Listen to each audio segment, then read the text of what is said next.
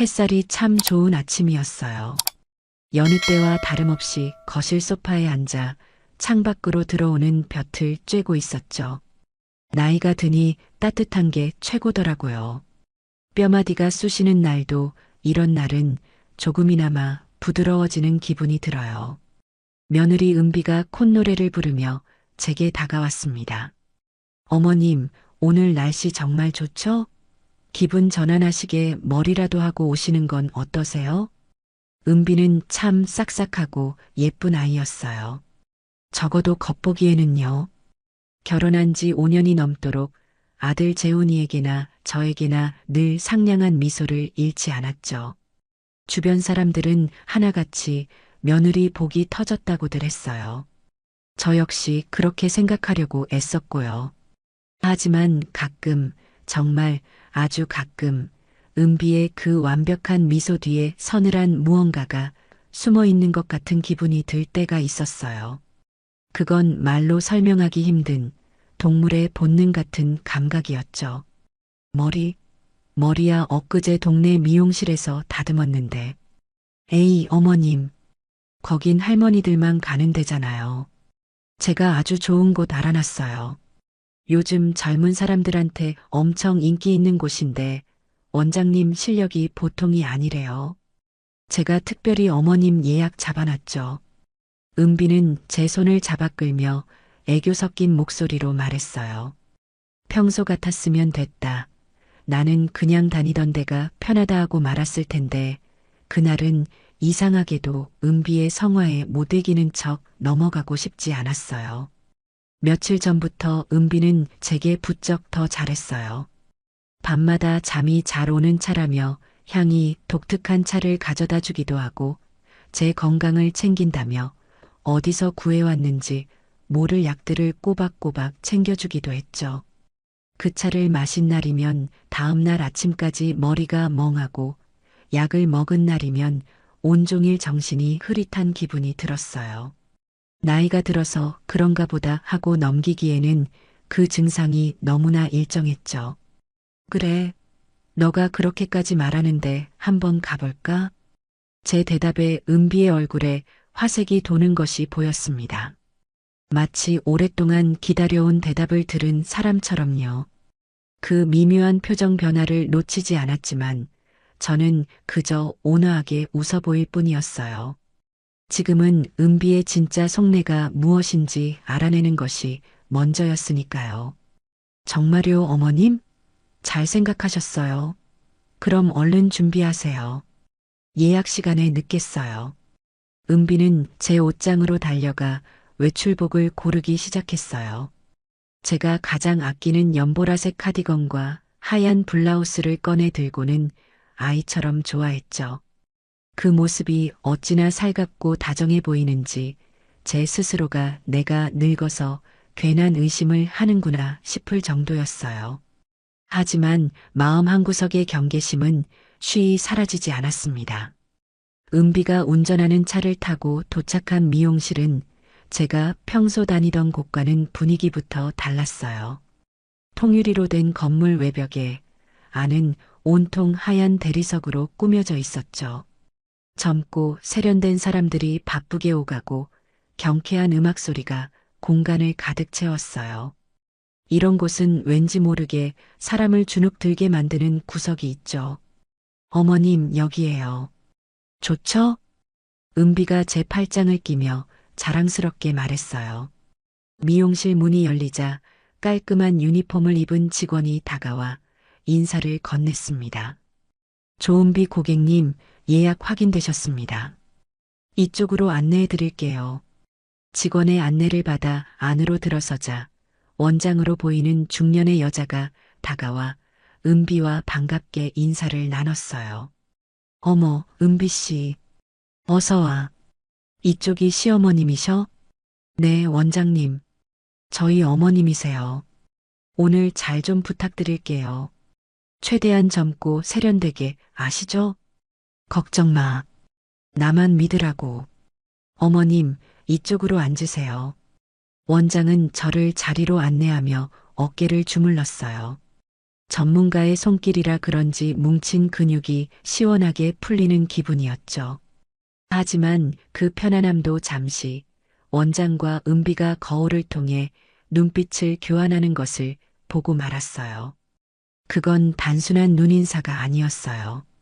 무언가 계획을 확인하는 듯한 아주 짧고 은밀한 신호였죠. 심장이 쿵 하고 작게 내려앉았지만 저는 애써 태어난 척 거울에 비친 제 모습을 바라보았습니다. 희끗희끗한 머리카락, 자글자글한 눈가의 주름, 세월의 흔적이 고스란히 담긴 늙은 얼굴이었죠. 이 늙은이를 상대로 대체 무슨 짓을 하려는 걸까? 잠시 후 젊은 미용사 한 명이 제게 다가왔습니다. 20살 남짓되어 보이는 앳된 얼굴의 아이였어요. 눈이 크고 선한 인상이었죠. 어머님, 샴푸 먼저 해드릴게요. 이쪽으로 오시겠어요? 저는 아이의 안내에 따라 샴푸실로 향했어요. 푹신한 의자에 몸을 뉘자 목덜미로 따뜻한 물줄기가 흘러내렸어요. 은은한 아로마 향이 코끝을 맴돌고 노곤함이 온몸으로 퍼져나갔습니다. 눈을 감고 있는데 샴푸 거품을 내던 아이의 손길이 아주 미세하게 떨리는 것이 느껴졌어요. 그리고 아이가 제 머리를 감싸 안으며 다른 사람들은 들을 수 없도록 샴푸 거품 소리에 섞어 귓가에 속삭였습니다. 그 목소리는 너무나 작았지만 제 뇌리에는 천둥처럼 울렸어요. 할머니, 빨리 도망쳐요. 순간 온몸의 피가 차갑게 식는 것 같았어요. 숨이 멎고 심장이 발끝으로 곤두박질 치는 기분이었죠.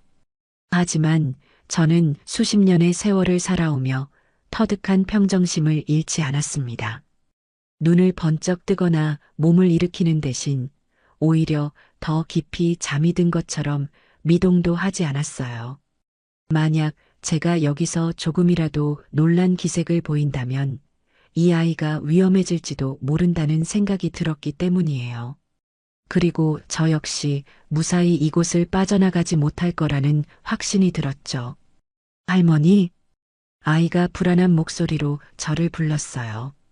저는 그때서야 마치 잠에서 깬 사람처럼 느릿하게 눈을 떴습니다. 응? 아, 내가 깜빡 잠이 들었나 보네. 물 온도가 딱 좋아서 그랬나 봐. 저는 천진한 목소리로 말하며 아이를 향해 희미하게 웃어 보였어요. 아이는 제 얼굴을 살피며 안도하는 듯 했지만 눈동자는 여전히 불안하게 흔들리고 있었죠. 저는 아이에게 괜찮다는 무언의 신호를 보내고 싶었지만 지금은 그럴 수 없었어요.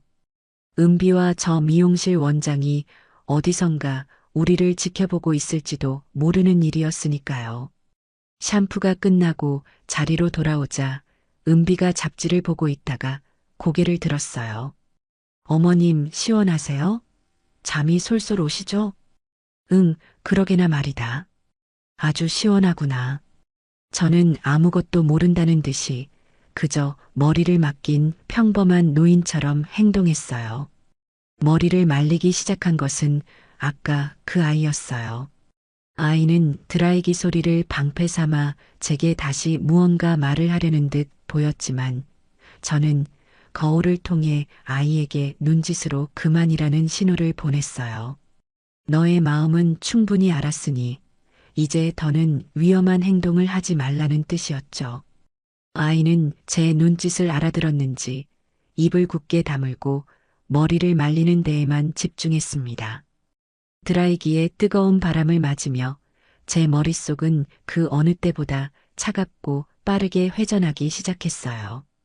도망쳐야 한다. 어떻게? 그냥 뛰쳐나갈 수는 없었어요. 그랬다가는 은비에게 붙잡히고 말 테죠. 저 애가 왜 나에게 그런 말을 했을까? 은비와 원장은 무슨 꿍꿍이일까? 나를 어떻게 하려는 걸까? 수많은 질문이 머릿속을 맴돌았지만 지금은 그 답을 찾을 때가 아니었어요. 일단은 여기서 벗어나는 것이 급선무였죠. 자연스럽게 누구의 의심도 사지 않게요. 그때였어요. 제 머릿속에 기가 막힌 생각이 하나 스쳐 지나갔습니다. 저는 예전부터 건망증이 좀 있었어요. 물건을 어디 뒀는지 잊어버리거나 약속을 깜빡하는 일이 종종 있었죠. 은비는 그런 저를 보며 늘 혀를 차곤 했어요. 어머님, 그러다 큰일 나시겠어요. 제가 옆에서 잘 챙겨드려야지. 바로 그거였어요. 은비가 제게 씌워놓은 정신없는 늙은이라는 프레임을 역으로 이용하는 겁니다. 머리가 거의 다 말라갈 무렵 저는 갑자기 자리에서 벌떡 일어났습니다. 너무나 갑작스러운 행동에 머리를 말리던 아이도 옆에서 잡지를 보던 은비도 깜짝 놀라 저를 쳐다봤어요. 어머님, 왜 그러세요? 아직 안 끝났는데. 은비가 당황한 목소리로 물었어요. 저는 정말 큰일이라도 난 사람처럼 다급하고 불안한 표정을 지으며 외쳤습니다. 아이고, 아이고, 내가 이놈의 정신 좀 봐. 집에 가스불을 켜놓고 나온 것 같아. 아까 국을 데운다고 올려놨는데 너랑 나온다고 정신이 없어서 깜빡했나 봐. 아이고, 어떡해. 제 연기는 너무나 실감났는지 미용실에 있던 모든 사람들의 시선이 제게로 쏠렸어요. 저는 정말 발을 동동 구르며 안절부절 못하는 모습을 보였죠. 가스불이요? 어머님 잘못 기억하시는 거 아니에요? 나오기 전에 제가 다 확인했는데. 은비가 저를 진정시키려 했지만 저는 은비의 말을 들을 생각도 없다는 듯이 뿌리쳤어요. 아니야, 아니야. 내가 분명히 켰어. 아이고, 이러다 집 다 태워먹겠다. 빨리 가봐야 해. 저는 가방을 움켜쥐고 미용실 출입구를 향해 허둥지둥 달려나갔습니다. 제 실감 나는 연기 앞에 은비도 더는 저를 붙잡지 못했어요. 오히려 어머님 같이 가요. 제가 모시고 갈게요. 하며 제 뒤를 따라왔죠. 하지만 저는 그 말을 들은 척도 하지 않았어요. 미용실 문을 열고 나가 큰 길로 뛰쳐나가자마자 마침 지나가던 빈 택시를 발견하고는 무작정 손을 흔들었어요. 택시, 택시. 택시가 제 앞에 멈춰서자 저는 뒤도 돌아보지 않고 차에 올라탔습니다. 아저씨, 빨리요. 아무데나 빨리 가주세요. 어머님, 같이 가요. 뒤늦게 따라 나온 은비가 택시 문을 잡으려 했지만 택시는 이미 출발한 뒤였어요. 백미러를 통해 점점 멀어지는 은비의 당황스러운 얼굴을 확인하고 나서야 저는 긴장이 탁 풀리면서 거친 숨을 몰아쉬었습니다. 심장이 미친 듯이 뛰고 등줄기에서는 식은땀이 흘러내렸어요. 어머니, 어디로 모실까요? 괜찮으세요? 택시기사 아저씨가 걱정스러운 눈으로 저를 쳐다보며 물었어요. 저는 한참 동안 숨을 고른 뒤에야 겨우 목적지를 말할 수 있었습니다. 제 인생에서 가장 오랜 친구이자 가장 믿을 수 있는 사람. 박영숙. 지금 제가 가야 할 곳은 그곳뿐이었어요. 네, 잠실로 가주세요. 택시 창밖으로 빠르게 지나가는 풍경을 보며 저는 다시 한번 미용실에서 들었던 그 아이의 목소리를 떠올렸습니다. 할머니, 빨리 도망쳐요. 그 한마디가 제 평온했던 일상을 송두리째 흔들어 놓았어요. 이제 더는 예전처럼 아무것도 모르는 순진한 늙은이로 살아갈 수는 없었습니다. 정신을 똑바로 차려야 했어요. 대체 누가 왜 나를 해치려 하는지 알아내야만 했죠. 그리고 반드시 내 자신과 내 것을 지켜내야만 했습니다. 택시는 저의 굳은 결심을 아는지 모르는지 그저 묵묵히 서울의 복잡한 도로 위를 달려갈 뿐이었습니다. 이것은 아주 길고 험난한 싸움의 시작이었어요. 택시는 1시간 남짓 달려 친구 영숙이 사는 아파트 단지 앞에 멈춰 섰어요. 익숙한 풍경을 보니 그제야 안도의 한숨이 나왔죠. 택시에서 내리는 다리가 후들후들 떨렸지만 저는 애써 정신을 붙잡고 아파트 입구로 향했습니다. 영숙은 제가 연락도 없이 찾아왔는데도 현관문을 열자마자 아무것도 묻지 않고 저를 와락 껴안아 주었어요. 제 몰골이 아마 말도 아니었을 겁니다. 명자야, 대체 무슨 일이야? 얼굴이 하얗게 질렸어. 어서 들어와. 영숙의 따뜻한 손에 이끌려 집 안으로 들어서자 구수한 된장찌개 냄새가 코를 찔렀어요. 그 평범한 일상의 냄새에 꾹꾹 눌러왔던 긴장이 한꺼번에 터져 나오면서 눈물이 왈칵 쏟아졌습니다. 저는 어린아이처럼 영숙의 품에 안겨 한참을 울었어요. 영숙은 제 등을 말없이 토닥여주며 제가 진정될 때까지 기다려주었죠. 수십 년을 함께한 친구라는 건 그런 거더라고요. 구구절절 설명하지 않아도 내 슬픔의 깊이를 알아주는 사람이요. 한참 만에 울음을 그치고 식탁 의자에 앉자 영숙은 따뜻한 보리차 한 잔을 제 앞에 놓아주었어요. 김이 모락모락 피어오르는 찻잔을 두 손으로 감싸주니 조금씩 정신이 돌아오는 것 같았어요. 이제 말해봐, 명자야. 무슨 일이 있었던 거야? 너가 이렇게 연락도 없이 찾아올 애가 아니잖아. 그것도 이런 얼굴을 하고. 저는 어디서부터 어떻게 이야기를 시작해야 할지 몰라 잠시 망설였어요. 하지만 영숙의 단호하면서도 걱정스러운 눈빛을 보니 더는 숨길 수 없었죠. 저는 미용실에서의 일부터 차근차근 털어놓기 시작했어요. 은비가 며칠 전부터 부쩍 친절하게 굴었던 일, 굳이 다니지도 않던 고급 미용실에 저를 데려간 일, 그리고 샴푸를 해주던 그 젊은 아이가 제 귓가에 속삭였던 그 끔찍한 말까지요. 할머니, 빨리 도망쳐요. 라고 했어. 아주 작았지만 분명히 그렇게 들었어. 영숙아. 제 이야기가 끝나자 영숙의 표정은 딱딱하게 굳어 있었습니다. 영숙은 젊었을 때 꽤 이름 있는 보험사에서 일했어요. 그것도 그냥 직원이 아니라 보험 사기나 수상한 보험금 청구권을 전문적으로 조사하는 특별조사팀 팀장이었죠. 그래서인지 이런 일에 대한 감이 보통 사람과는 달랐어요. 그 아이 인상착의는 기억나? 그럼 20살 조금 넘었을까? 눈이 아주 크고 선하게 생긴 아이였어. 손에 작은 별 모양 문신이 있었던 것 같아. 그래. 일단 그 아이는 너를 도우려 한 게 맞아.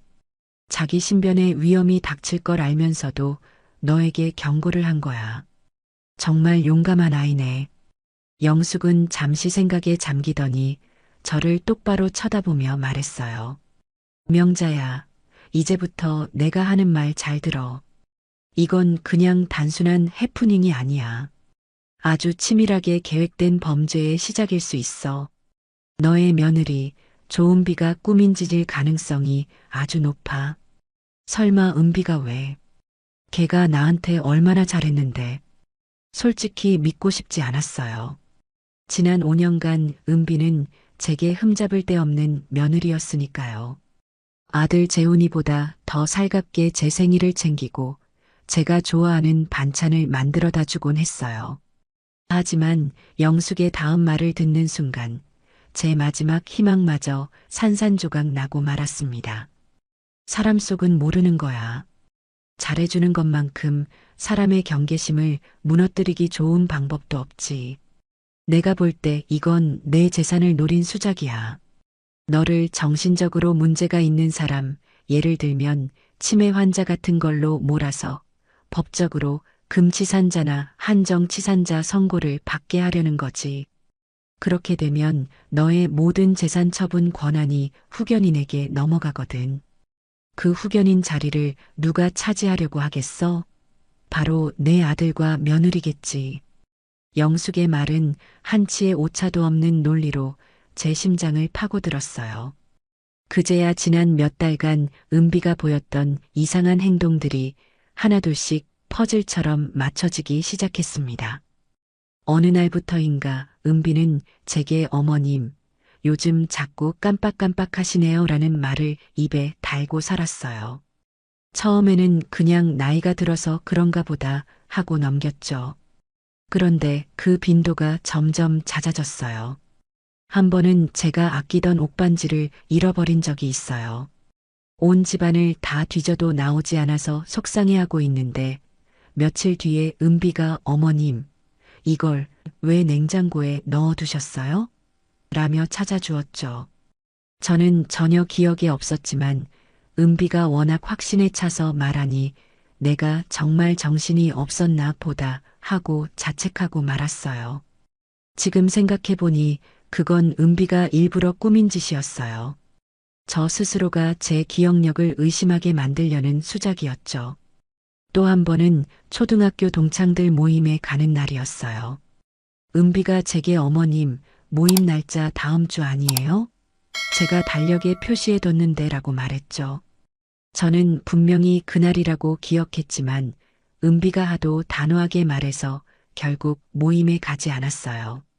나중에 친구에게 전화해서 확인해 보니 제가 기억했던 날짜가 맞았고요.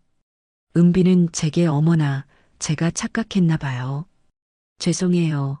어머님이라며 애교를 부렸지만 저는 그때 처음으로 은비에게 서늘함을 느꼈어요.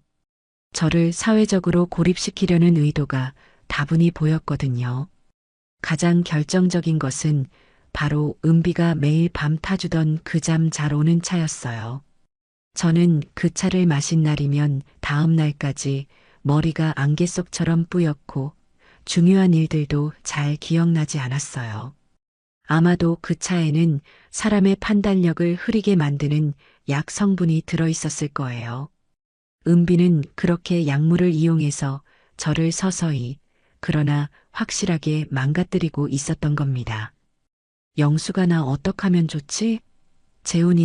우리 재훈이는 아무것도 모를 거야. 걔는 착한 애야. 분명 은비한테 속고 있는 걸 거야. 물론이겠지. 하지만 그 착한 아들이 지금은 내 편이 아니야.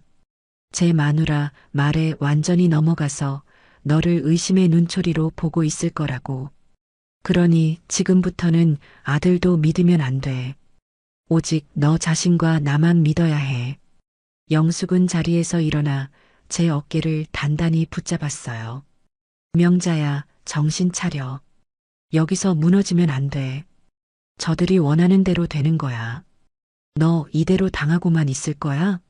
평생 땀 흘려 모은 내 재산, 저런 악독한 애한테 다 넘겨주고 요양원이나 시설 같은 데 갇혀서 여생을 보내고 싶어?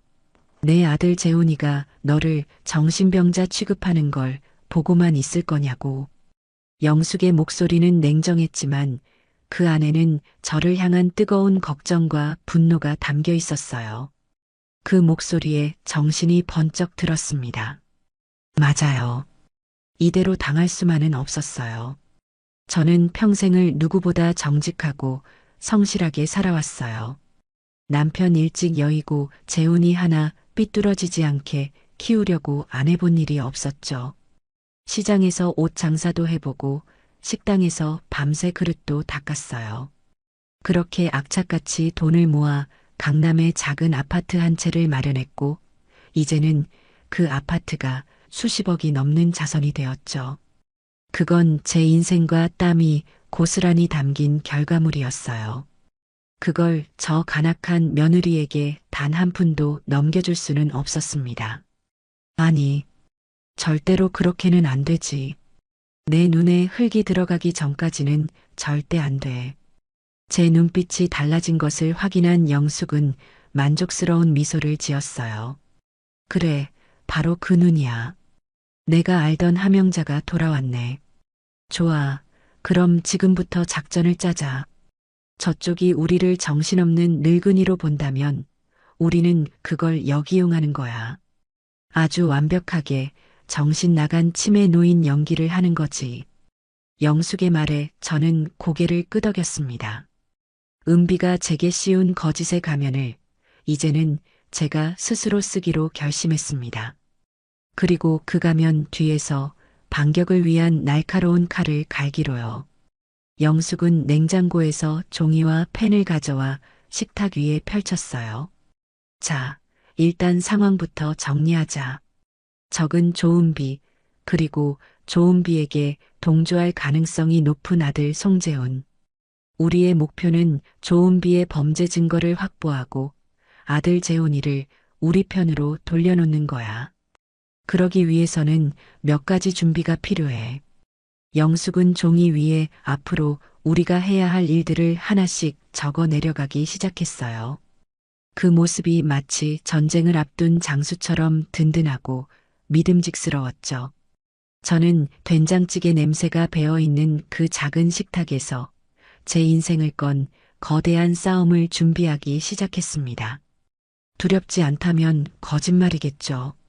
하지만 제 옆에는 영숙이 있었고 제 마음속에는 절대 무너질 수 없다는 굳은 의지가 있었습니다. 이제 주사위는 던져졌어요. 그리고 이 게임의 승자는 반드시 내가 되어야만 했습니다. 영숙의 집에 머무는 동안 세상은 저를 집 나간 치매 노인으로 규정하고 있었어요. 아들 재훈이에게서는 하루에도 몇 번씩 전화가 걸려왔습니다. 처음에는 받지 않았어요. 제 마음이 아직 준비가 되지 않았기 때문이죠. 아들의 목소리를 들으면 약해질 것 같았거든요. 하지만 영숙은 단호하게 말했어요. 받아야 해. 그리고 연기해야지. 너가 지금 어디에 있는지, 얼마나 혼란스러운 상태인지를 저들에게 똑똑히 알려줘야 해. 그래야 의심을 안 하니까. 영숙의 말에 따라 저는 재훈이가 다시 전화를 걸어왔을 때 심호흡을 한번 하고 통화 버튼을 눌렀습니다. 여보세요. 저는 일부러 기어들어가는 목소리로 힘없이 말했어요. 엄마, 엄마 맞아요? 어디에요, 지금? 괜찮으세요? 수화기 너머로 들려오는 아들의 목소리는 걱정과 불안으로 가득 차 있었어요. 그 목소리를 듣는 순간 가슴 한쪽이 아려왔지만 저는 이를 악물고 영숙이 시킨 대로 연기를 계속했습니다. 누구 재훈이니? 여기가 어딘지 잘 모르겠어. 길이 너무 많아. 내가 왜 여기 와 있는 거지? 엄마, 정신 차려봐요. 주변에 뭐 보여요? 큰 건물이나 간판 같은 거. 몰라 모르겠어. 머리가 너무 아파. 재훈아, 나 좀 데리러 와주면 안 될까? 나 무서워. 저는 끝내 울음을 터뜨리고 말았어요. 물론 그 눈물 역시 연기였죠. 하지만 연기라고 하기에는 너무나 서러웠어요. 제 아들을 상대로 이런 거짓말을 해야 하는 제 처지가 너무나 비참했기 때문이에요. 엄마, 울지 마요. 내가 금방 찾아낼게요. 은비랑 경찰 아저씨들이랑 지금 엄마 찾고 있으니까 조금만 기다려요. 전화 끊지 말고요. 재훈이는 다급하게 소리쳤어요. 저는 그 말을 끝으로 배터리가 없는 것 같아라고 중얼거리며 전화를 끊어버렸습니다. 전화를 끊고 나자 온몸에 힘이 쭉 빠졌어요. 영숙이 제 어깨를 다독여 주었죠. 잘했어. 아주 잘했어, 명자야. 이제 저들은 너가 정말 길을 잃고 헤매는 줄 알 거야. 그 사이에 우리는 우리 일을 해야지. 영숙이 말한 우리 일이란 바로 며느리 은비의 실체를 파헤치기 위한 증거 수집이었어요. 가장 먼저 확인해야 할 것은 제 금융 자산이었죠. 영숙은 자신의 노트북을 가져와 제 앞에 펼쳤어요. 내 명의로 된 은행 계좌, 보험, 주식 전부 다 확인해 봐야 해. 공인인증서만 있으면 집에서도 다 가능해. 저는 영숙의 도움을 받아 각 은행과 증권사 홈페이지에 접속하기 시작했어요. 다행히 공인인증서 비밀번호는 저만 아는 것으로 해두어서 은비가 함부로 건드리지는 못했을 거라고 생각했죠. 하지만 제 생각은 너무 안일했어요. 한 은행 홈페이지에서 이상한 기록을 발견했기 때문이에요. 이거 봐, 영수가.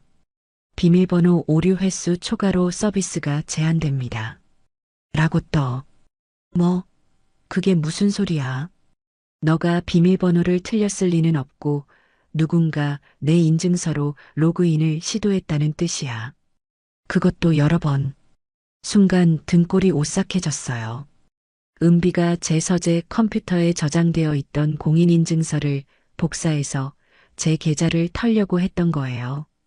다행히 비밀번호를 몰라서 실패했지만 만약 성공했다면 어땠을까요? 생각만 해도 끔찍했어요. 이것 봐, 명자야. 대출 내역 조회에도 기록이 있어. 영숙이 가리키는 화면에는 한도 조회 기록이 여러 건 남아 있었습니다. 제 아파트를 담보로 받을 수 있는 최대 대출 금액을 알아본 흔적이었죠. 명의는 당연히 제 이름이었고요. 세상에 제가 내 집을 담보로 대출까지 받으려고 했던 거야? 그래. 너를 금치산자로 만들고 후견인 자격으로 내 재산을 처분하려던 거지. 아주 작정하고 덤벼든 거야. 보통 악질이 아니야. 분노로 온몸이 부들부들 떨렸어요. 저는 당장이라도 은비에게 달려가 머리채를 잡고 싶었지만 영숙이 저를 말렸어요. 진정해. 지금 흥분하면 모든 걸 망쳐. 우리는 증거가 더 필요해. 아주 확실하고 빼도 박도 못할 증거 말이야. 어떤 증거? 영상이나 녹음 같은 거. 조은비가 제 입으로 범행을 시인하거나 너를 학대하는 장면이 담긴 증거가 있다면 게임은 끝나는 거야. 영숙의 말에 따라 우리는 곧바로 인터넷 쇼핑몰에 접속해 녹음기와 초소형 카메라를 주문했어요. 세상이 얼마나 좋아졌는지 만년필이나 탁상시계, 액자처럼 생긴 카메라들이 아주 많더라고요. 우리는 그 중에서도 가장 티가 나지 않는 5핀 형태의 녹음기와 탁상시계형 카메라를 골랐어요. 배송지를 영숙의 집으로 하고 가장 빠른 배송으로 주문을 마쳤죠. 다음 날 주문한 물건들이 도착했어요. 크기는 아주 작았지만 성능은 생각보다 훨씬 좋았어요. 영숙은 제게 사용법을 꼼꼼하게 알려주었어요. 이 5핀 녹음기는 항상 내 옷 안쪽에 달고 다녀. 24시간 내내 녹음되도록 설정해뒀으니까 넌 그냥 가지고만 있으면 돼. 그리고 이 시계 카메라는 내 방, 침대 머리맡에 둘 거야. 내가 잠든 사이에 무슨 짓을 할지 모르니까. 거실에는 액자형 카메라를 두자. 액자 속 사진은 너랑 재훈이 어릴 때 찍은 사진으로 바꾸고 영숙은 마치 첩보 영화에 나오는 요원처럼 침착하고 노련하게 계획을 세웠어요. 저는 그런 영숙의 지시에 따라 고개를 끄덕일 뿐이었죠. 이제 모든 준비는 끝났어요. 호랑이를 잡으려면 호랑이 굴로 직접 들어가는 수밖에 없었죠. 저는 아들 재훈이에게 다시 전화를 걸었습니다. 재훈아, 나야. 나 지금 파출소에 와 있어. 어떤 아주머니가 날 발견하고 데려다 줬어. 저는 영숙이 미리 알려준 대로 영숙의 집에서 가장 멀리 떨어진 경찰서에 이름을 댔어요. 수화기 너머로 재훈이의 안도하는 목소리가 들려왔어요. 엄마, 정말이에요? 다행이다. 거기가 어디예요? 제가 지금 바로 갈게요. 응, 빨리 와. 나 너무 힘들어. 전화를 끊고 저는 영숙과 함께 마지막 작전 회의를 했습니다. 이제부터 넌 완벽한 치매 노인이 되어야 해. 밥을 먹다가도 졸고 사람을 못 알아보는 척하고 가끔은 화를 내거나 울기도 해야지. 조은비가 너를 보며 아, 이제 정말 다 됐구나 하고 방심하게 만들어야 해. 할 수 있겠어? 그럼. 나 함영자야. 내 아들과 내 재산을 지키기 위해서라면 악마라도 될 수 있어. 저는 제 옷깃 안쪽에 작은 5핀 녹음기를 단단히 고정했어요. 차갑고 단단한 금속의 감촉이 오히려 제게 용기를 주는 것 같았어요. 영숙은 저를 택시에 태워주며 마지막으로 당부했어요. 무슨 일이 생기면 무조건 나한테 먼저 연락해. 그리고 절대 조은비 앞에서 내 진짜 속마음을 드러내선 안 돼. 명심해. 넌 지금부터 기억을 잃은 불쌍한 노인일 뿐이야. 택시가 출발하고 저는 창밖으로 멀어지는 영숙을 보며 조용히 다짐했습니다. 그래, 나는 이제 함영자가 아니다. 나는 기억을 잃고 세상을 헤매는 늙고 병든 어머니다. 그렇게 스스로에게 체면을 걸며 저는 적들이 우글거리는 제 집으로 전쟁터로 향했습니다. 아들 재훈이가 파출소 앞에서 저를 발견했을 때 그 아이의 얼굴은 눈물과 걱정으로 범벅이 되어 있었어요. 저를 보자마자 달려와 와락 껴안았죠. 엄마, 엄마, 어디 갔었어요? 얼마나 걱정했는지 알아요? 아들의 품에 안겨 등을 토닥이는 손길을 느끼니 순간 가슴이 먹먹해졌어요. 하지만 저는 독하게 마음을 먹고 제 역할을 시작했습니다. 저는 마치 처음 보는 사람을 대하듯 아들을 살며시 밀어내며 물었어요. 누구세요? 저를 아세요? 제 말에 재훈이의 얼굴이 하얗게 굳어졌어요. 아들의 흔들리는 눈동자를 보니 마음이 찢어지는 것 같았지만 지금은 멈출 수 없었어요. 엄마, 저 재훈이에요. 아들, 저 모르겠어요? 재훈이 우리 아들. 근데 누구세요? 우리 아들은 아직 학생인데 이렇게 크지 않았어요. 저는 정말 아무것도 기억나지 않는다는 듯 초점 없는 눈으로 허공을 바라보며 중얼거렸어요. 재훈이는 결국 참았던 울음을 터뜨렸고 함께 온 은비는 재훈이의 어깨를 감싸 안으며 저를 향해 안타깝다는 표정을 지어 보였어요. 하지만 그 눈빛 깊은 곳에 숨겨진 만족감과 회심의 미소를 저는 놓치지 않았습니다. 그래, 그렇게 믿어야지. 너가 원하는 대로 나는 이제 아무것도 모르는 껍데기일 뿐이야. 집으로 돌아오는 차 안에서 저는 창밖만 멍하니 바라보았어요. 은비는 제 옆에 앉아 계속해서 말을 걸었죠. 어머님, 며칠 동안 어디서 주무셨어요? 식사는 하셨고요? 저는 아무 대답도 하지 않았어요. 그저 텅 빈 눈으로 창밖을 바라볼 뿐이었죠. 집에 도착해서도 제 연기는 계속되었습니다. 익숙한 현관문을 보고도 여긴 어디예요? 우리 집이 아니잖아요 라며 들어가길 거부했고 재훈이와 은비가 억지로 저를 부추겨 집 안으로 들여보내야 했어요. 어머님, 여기가 어머님 집이잖아요. 정신 좀 차려보세요. 은비의 목소리에는 이제 걱정보다 짜증이 더 많이 섞여 있었어요. 저는 소파에 멍하니 앉아 주변을 두리번거렸어요. 마치 처음 와보는 곳인 것처럼요. 여보, 아무래도 안 되겠어. 어머니 상태가 생각보다 훨씬 심각해.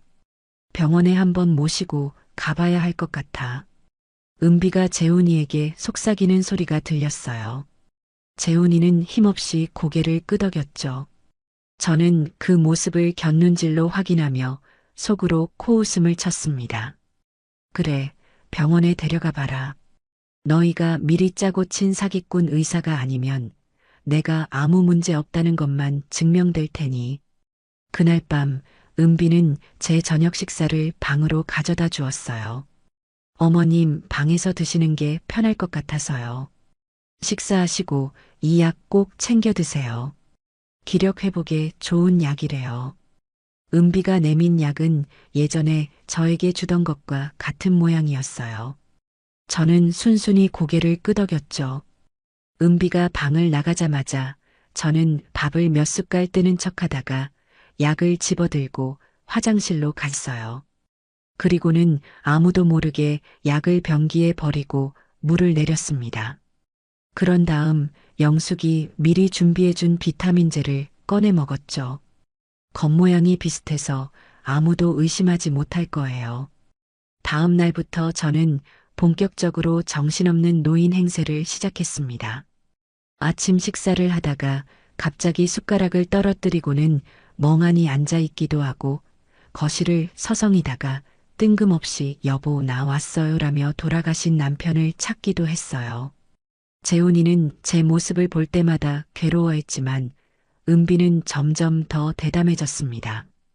제가 소파에서 깜빡 잠이 든 척하고 있을 때였어요. 은비는 재훈이가 출근한 것을 확인하고는 어디론가 전화를 걸더군요. 물론 제 옷에 달린 녹음기는 그 모든 대화를 빠짐없이 담아내고 있었죠. 나야. 응, 시어머니 찾았어. 상태가 아주 안 좋아. 이제 자기 아들 얼굴도 못 알아보는 것 같아. 응, 아주 잘 되고 있어. 약이 효과가 있나 봐. 조금만 더 하면 완전히 내 손바닥 아니야. 변호사는 알아봤어? 그래. 서류 준비되는 대로 바로 진행하자. 이제 이 지긋지긋한 노인네 시중 드는 것도 얼마 안 남았어. 푸아. 은비의 웃음소리는 악마의 것과 같았어요. 분노로 피가 거꾸로 솟는 것 같았지만 저는 눈을 꼭 감고 잠든 척 연기를 계속했습니다. 웃어더라. 실컷 웃어더, 조은비. 너의 그 웃음이 비명이 되기까지 그리 오래 걸리지 않을 테니. 며칠 뒤 저는 영숙이 알려준 대로 집안에 카메라를 설치할 기회를 엿보았습니다. 은비가 장을 보러 나간 틈을 이용했죠. 저는 내 돋보기가 어디 갔지? 하고 중얼거리며 온 집안을 뒤지는 척했어요. 먼저 거실 책장에 놓인 재훈이와 어릴 적 찍은 사진이 담긴 액자를 들었어요. 그리고는 액자 뒤편을 열어 영숙이 준 초소형 카메라 렌즈가 사진의 아주 작은 구멍을 통해 거실 전체를 비추도록 교묘하게 설치했죠. 다음은 제 방이었어요. 침대 머리맡에 놓인 디지털 시계가 두 번째 목표물이었죠. 저는 시계 배터리를 가는 척하며 그 안에 카메라를 집어넣었습니다. 이제 이 집안에서 일어나는 모든 일은 제 손바닥 안에 기록될 것이었어요. 모든 준비를 마치고 소파에 앉아 있는데 은비가 장을 보고 돌아왔습니다. 어머님, 뭐 하세요? 또 물건 찾으세요? 내 돋보기가 없어졌어. 혹시 너가 봤니? 아이고, 어머님. 돋보기는 지금 어머님 목에 걸려 있잖아요. 은비가 혀를 차며 말했어요. 저는 제 목에 걸린 돋보기를 보고는 어머, 정말이네. 내가 이렇다니까라며 머리를 쳤죠. 은비는 그런 저를 한심하다는 듯 쳐다보더니 부엌으로 향했어요. 저는 그 서늘한 경멸의 시선을 온몸으로 느끼며 이제 정말 마지막 단계에 가까워졌음을 직감했습니다. 조은비가 저의 이 완벽한 연기에 속아 자신의 모든 것을 드러낼 그 순간이 머지않았다는 것을요. 저는 그저 더 완벽하게, 더 처절하게 무너지는 연기를 할 뿐이었습니다. 폭풍전야의 고요함 속에서 저는 조용히 칼을 갈고 있었습니다. 집안에 감시 카메라를 설치하고 난 며칠 뒤 저는 다음 단계의 덫을 놓기 시작했어요. 조은비라는 짐승을 사냥하기 위해서는 아주 달콤하고 치명적인 미끼가 필요했죠. 그 미끼는 바로 돈이었습니다. 며느리의 탐욕을 최대한으로 자극해서 제 스스로 파놓은 함정에 제 발로 걸어 들어오게 만들어야 했어요. 작전은 아침 식탁에서 시작되었습니다. 저는 평소처럼 멍하니 숟가락만 들고 앉아 있었어요. 재훈이와 은비는 그런 저를 아예 없는 사람 취급하며 둘만의 대화를 나누고 있었죠. 여보, 어머님 저러시는 거 봐. 저러다 사람도 못 알아보시겠어. 하루라도 빨리 우리가 나서서 챙겨드려야지. 알아, 은비야. 근데 막상 서류 같은 걸 진행하려고 하니까 마음이 좀 그렇다. 마음이 왜 그래? 이게 다 어머님을 위한 길이라니까. 나중에 재산 문제로 형제들끼리 다툼이라도 생기면 어쩔 거야. 우리가 미리 정리해서 안전하게 관리해드리는 게 효도지. 은비는 아주 능숙하게 재훈이를 구슬리고 있었어요. 저는 바로 지금이 미끼를 던질 때라고 판단했죠. 저는 들고 있던 숟가락을 쨍그랑 소리가 나게 바닥에 떨어뜨렸어요. 두 사람의 시선이 제게로 향했죠. 저는 마치 꿈에서 깬 사람처럼 눈을 몇 번 깜빡이더니 아주 불안한 목소리로 중얼거리기 시작했습니다. 통장 내 통장. 그게 어디 있더라. 아이고, 그걸 잃어버리면 안 되는데. 내 피 같은 돈인데. 제 말에 재훈이는 엄마 또 시작이에요? 통장은 제가 잘 보관하고 있잖아요 라며 대수롭지 않게 말했어요. 하지만 은비의 눈은 달랐어요. 그 눈은 마치 사냥감을 발견한 맹수처럼 번뜩이고 있었죠. 어머님, 무슨 통장 말씀이세요? 재훈 씨가 갖고 있는 거 말고 또 있으세요? 은비가 제 옆으로 다가와 아주 다정한 목소리로 물었어요. 저는 은비의 질문에는 대답하지 않고 여전히 혼잣말을 중얼거렸어요.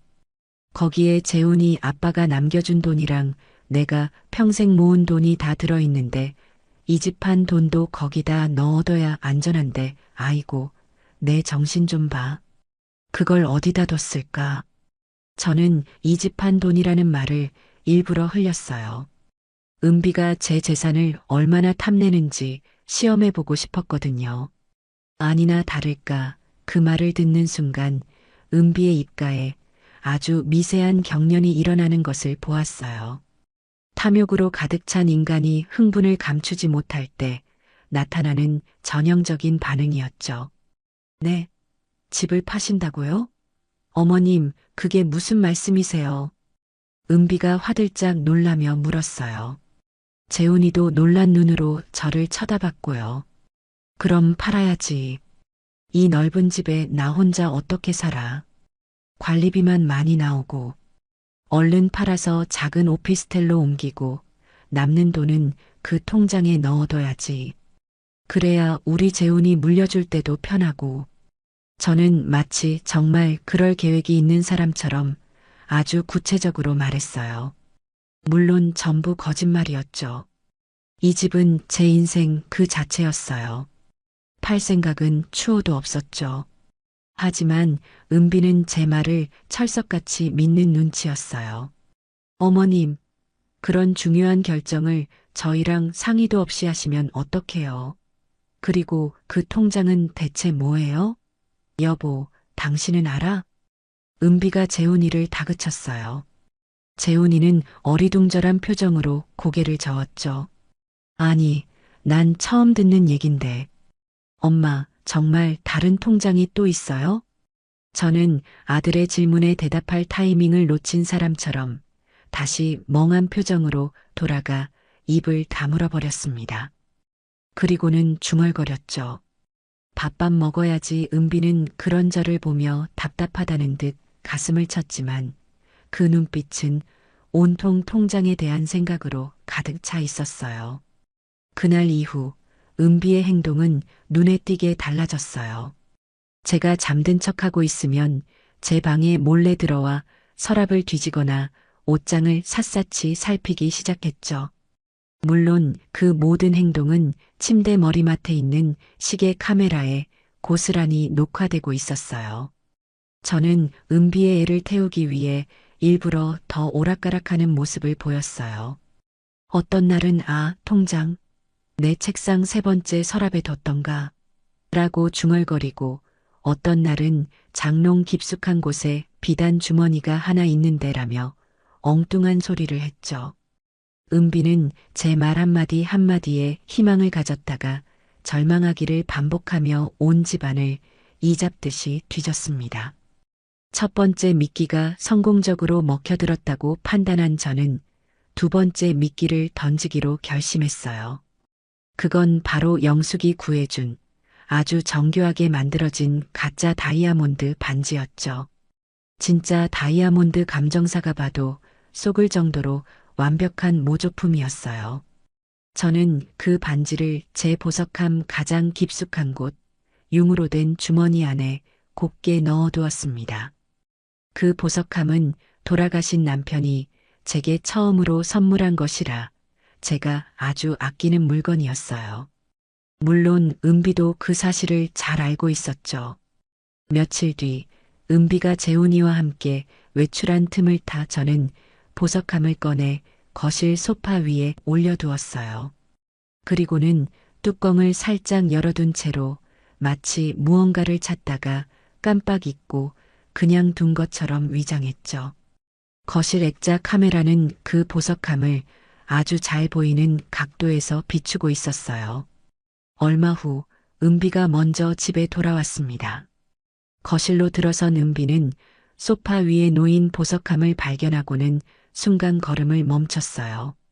주변을 한번 휙 둘러보더니 제가 방에서 잠을 자고 있다고 생각했는지 살금살금 보석함으로 다가왔죠. 은비는 잠시 망설이는 듯 하더니 이내 욕망을 이기지 못하고 보석함 뚜껑을 완전히 열었습니다. 그리고 그 안을 뒤지기 시작했어요. 저는 제 방 침대에 누워 영숙이 미리 연결해준 스마트폰 앱을 통해 그 모든 광경을 실시간으로 지켜보고 있었습니다. 제 심장은 미친 듯이 뛰었지만 저는 숨소리 하나 내지 않고 화면에 집중했어요. 은비의 손가락이 보석함 안을 헤집다가 마침내 융주머니를 발견했습니다. 조심스럽게 주머니를 열어본 은비의 눈이 휘둥그레졌어요. 주머니 안에서 나온 가짜 다이아몬드 반지가 거실 조명을 받아 영롱하게 빛났기 때문이죠. 은비는 반지를 집어들고 한참 동안 넋을 잃고 바라보았어요. 그 입에서는 감탄사가 흘러나왔죠. 세상에 이렇게 큰 다이아몬드 반지가 있었단 말이야? 은비는 누가 볼세라 재빨리 반지를 자신의 주머니 속에 챙겨 넣었습니다. 그리고는 아무 일도 없었다는 듯 보석함 뚜껑을 닫고 원래 있던 자리인 제 방 화장대 위에 올려두었죠. 완벽한 범죄라고 생각했을 거예요. 하지만 은비는 몰랐을 겁니다. 자신의 그 모든 추악한 행동이 거실 액자 속에 숨겨진 작은 렌즈를 통해 고스란히 기록되고 있었다는 사실을요. 저는 스마트폰 화면을 끄고 조용히 눈을 감았습니다. 걸려들었구나, 조은비.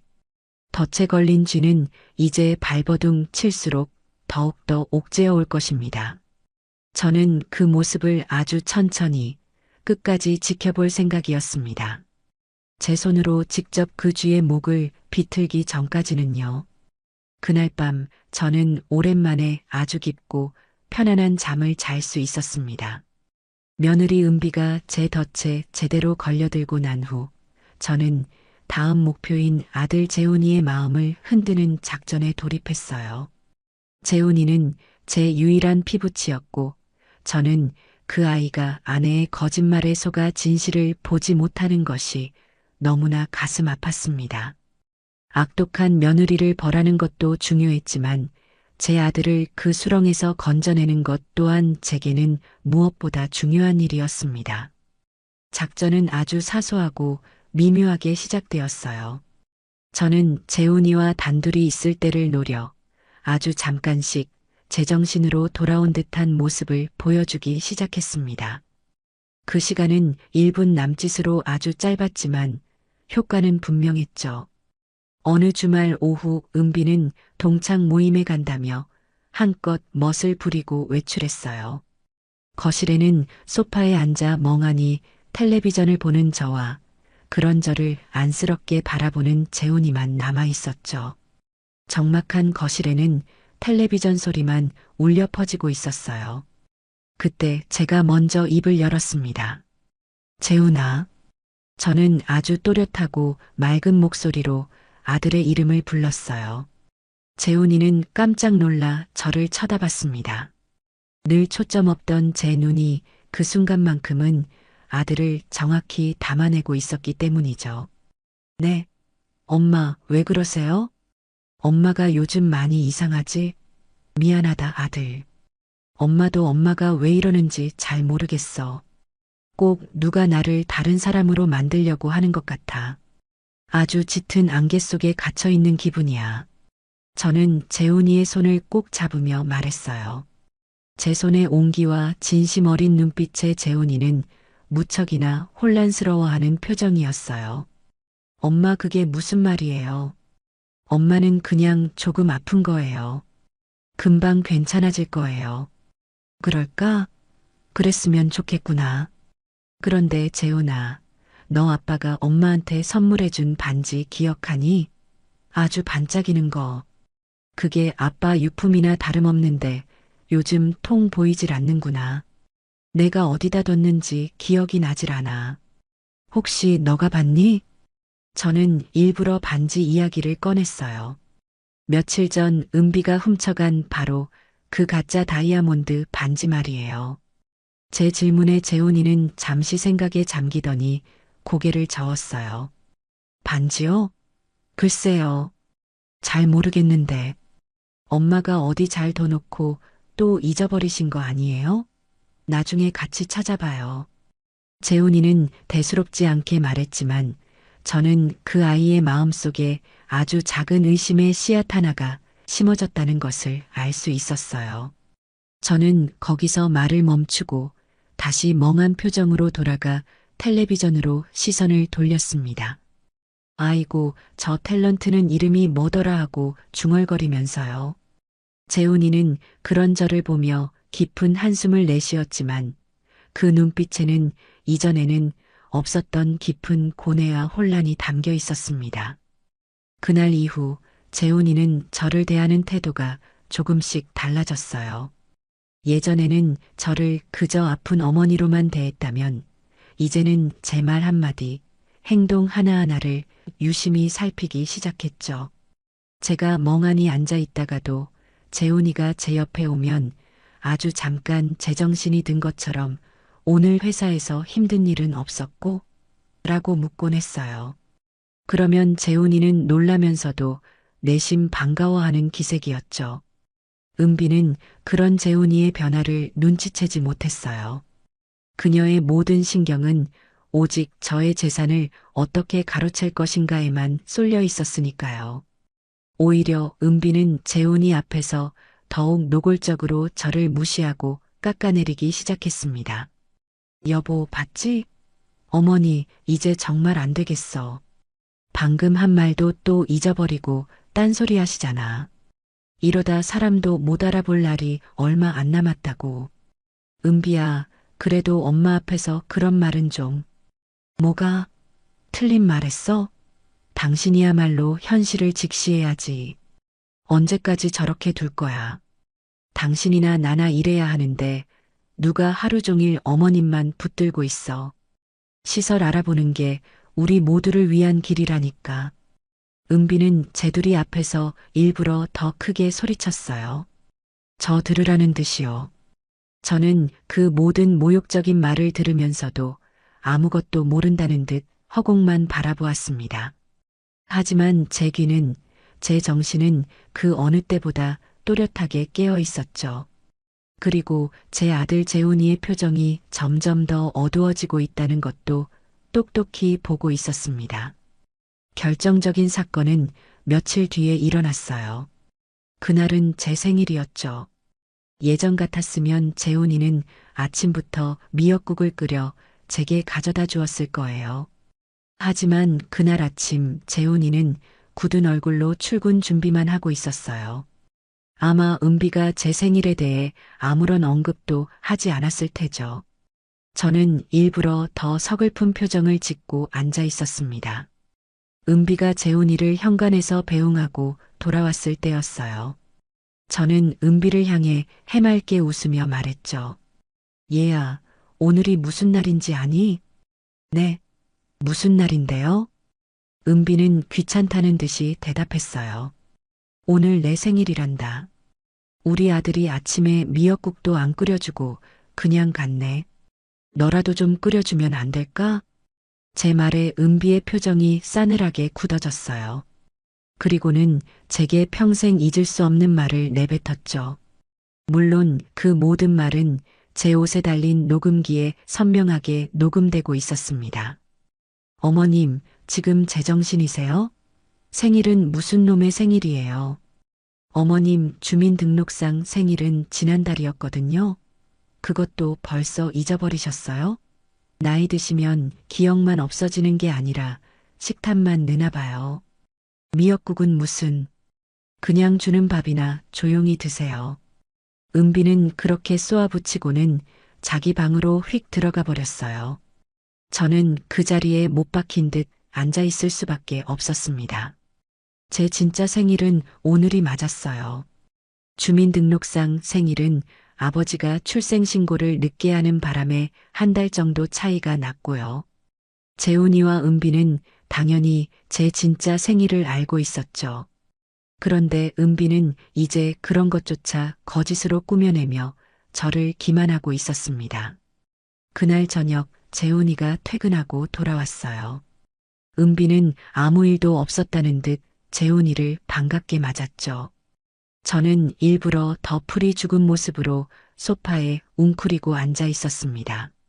그런 저를 본 재훈이가 조심스럽게 다가와 물었어요. 엄마, 무슨 일 있어요?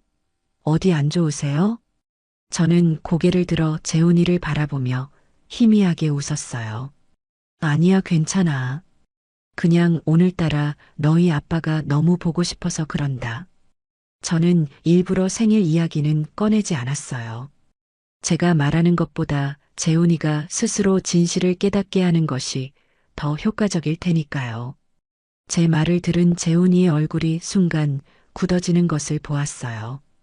재훈이는 아버지를 무척이나 따랐고 아버지가 돌아가신 날을 기일과 함께 제 생일만큼은 무슨 일이 있어도 챙기는 아이였거든요. 아마 제 말을 듣고 오늘이 제 생일이라는 것을 깨달았을 거예요. 재훈이는 잠시 저를 바라보다가 조용히 부엌으로 향했습니다. 그리고는 은비를 향해 낮은 목소리로 물었죠. 은비야, 오늘 무슨 날인지 정말 몰랐어? 응? 무슨 날인데? 오늘 엄마 생일이잖아. 뭐? 아, 맞다. 내가 깜빡했네. 어머, 미안해서 어떡해. 요즘 어머님 신경 쓰느라 내 정신이 없었나 봐. 은비는 능청스럽게 연기했어요. 하지만 재훈이는 더 이상 예전처럼 쉽게 속아 넘어가지 않았습니다. 아침에 엄마가 너한테 미역국 끓여달라고 했다면서. 근데 왜 나한테는 그런 말 한마디도 안 했어? 재훈이의 목소리는 차갑게 가라앉아 있었어요. 은비는 당황한 기색이 역력했죠. 아, 그게 어머님이 오늘이 생일이라고 하시는데 내가 알기로는 지난달이었거든. 그래서 어머님이 또 기억을 잘못하고 계신가 보다 하고 당신 신경 쓸까봐 일부러 말 안 했지. 됐어. 더는 듣고 싶지 않아. 재훈이는 그렇게 말하고는 밖으로 나가버렸어요. 혼자 남은 은비는 분하다는 듯 입술을 깨물었죠. 저는 그 모든 상황을 모르는 척 여전히 멍하니 앉아 있었지만 속으로는 쾌재를 불렀습니다. 그래, 재훈아. 이제야 조금씩 진실이 보이기 시작하는구나. 제 아들의 마음속에 심어진 작은 의심의 씨앗이 이제 막 단단한 불신의 벽을 뚫고 싹을 틔우기 시작한 것입니다. 아들 재훈이의 마음이 흔들리기 시작할 무렵 집 밖에서는 친구 영숙이 며느리 은비의 뒤를 캐며 분주하게 움직이고 있었어요. 저는 은비가 잠든 틈을 타 영숙과 몰래 통화하며 상황을 공유하고 다음 계획을 세웠죠. 영숙의 목소리는 언제나처럼 차분하고 확신에 차 있어서 제게 큰 힘이 되어 주었습니다. 어느 날 밤 영숙에게서 전화가 걸려왔어요. 저는 화장실에 가는 척하며 조용히 전화를 받았죠. 명자야, 나야. 조은비의 꼬리를 잡았어.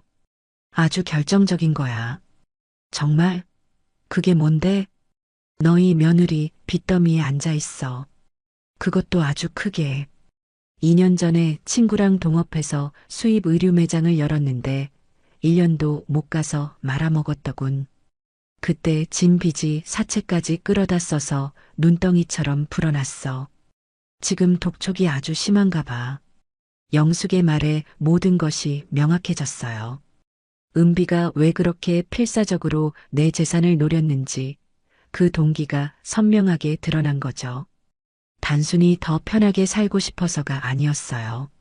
당장 발등에 떨어진 불을 꺼야 하는 아주 절박한 상황이었던 겁니다. 그래서 그걸 어떻게 알아냈어?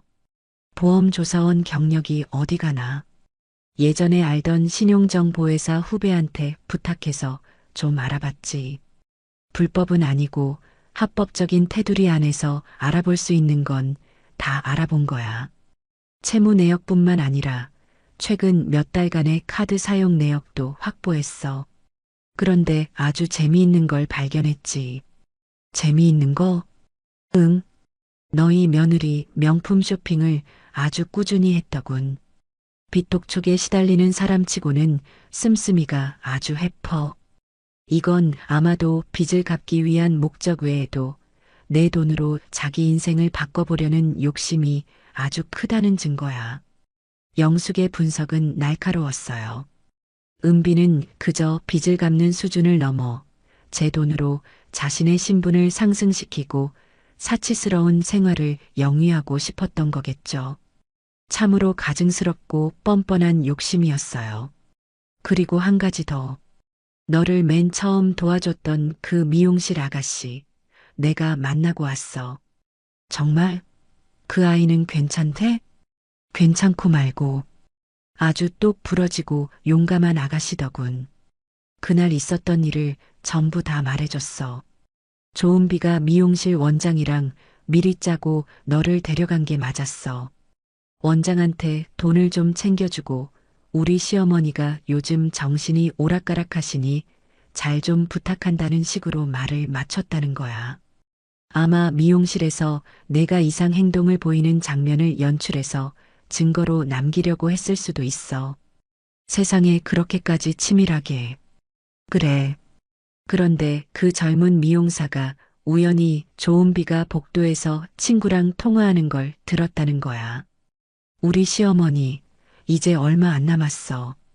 정신병원에 보내든 시설에 보내든 해서 재산만 넘겨받으면 이 지긋지긋한 빚쟁이 인생도 끝이야 라고 말하는 걸 똑똑히 들었대. 그래서 이건 아니다 싶어서 위험을 무릅쓰고 너한테 경고를 한 거였어. 물론 증인으로 서주기로 약속도 받아냈고 든든한 증인까지 확보했다는 말에 저는 천군만마를 얻은 기분이었어요. 얼굴도 이름도 모르는 그 젊은 미용사의 용기가 너무나 고마워서 눈물이 핑 돌았죠. 마지막으로 가장 중요한 거야, 명자야. 조은비가 너한테 먹이던 그 약, 성분 분석 결과가 나왔어. 저는 숨을 죽이고 영숙의 다음 말을 기다렸어요. 예상대로였어. 의사 처방 없이는 절대 구할 수 없는 강력한 신경안정제 성분이 다량으로 검출됐어. 물론 독극물은 아니지만 이걸 장기간 복용하면 인지 능력이 현저히 떨어지고 기억력 감퇴나 환각 증세까지 유발할 수 있는 아주 위험한 약이야. 약을 구해준 사람도 알아냈어. 시내 작은 병원에서 간호조무사로 일하는 조은비의 고등학교 동창이더군.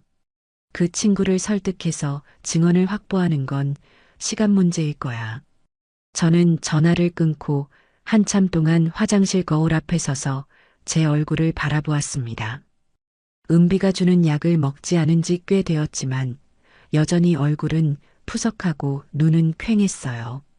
그동안 저 약이 내 몸을 얼마나 망가뜨렸을까 생각하니 치가 떨렸습니다.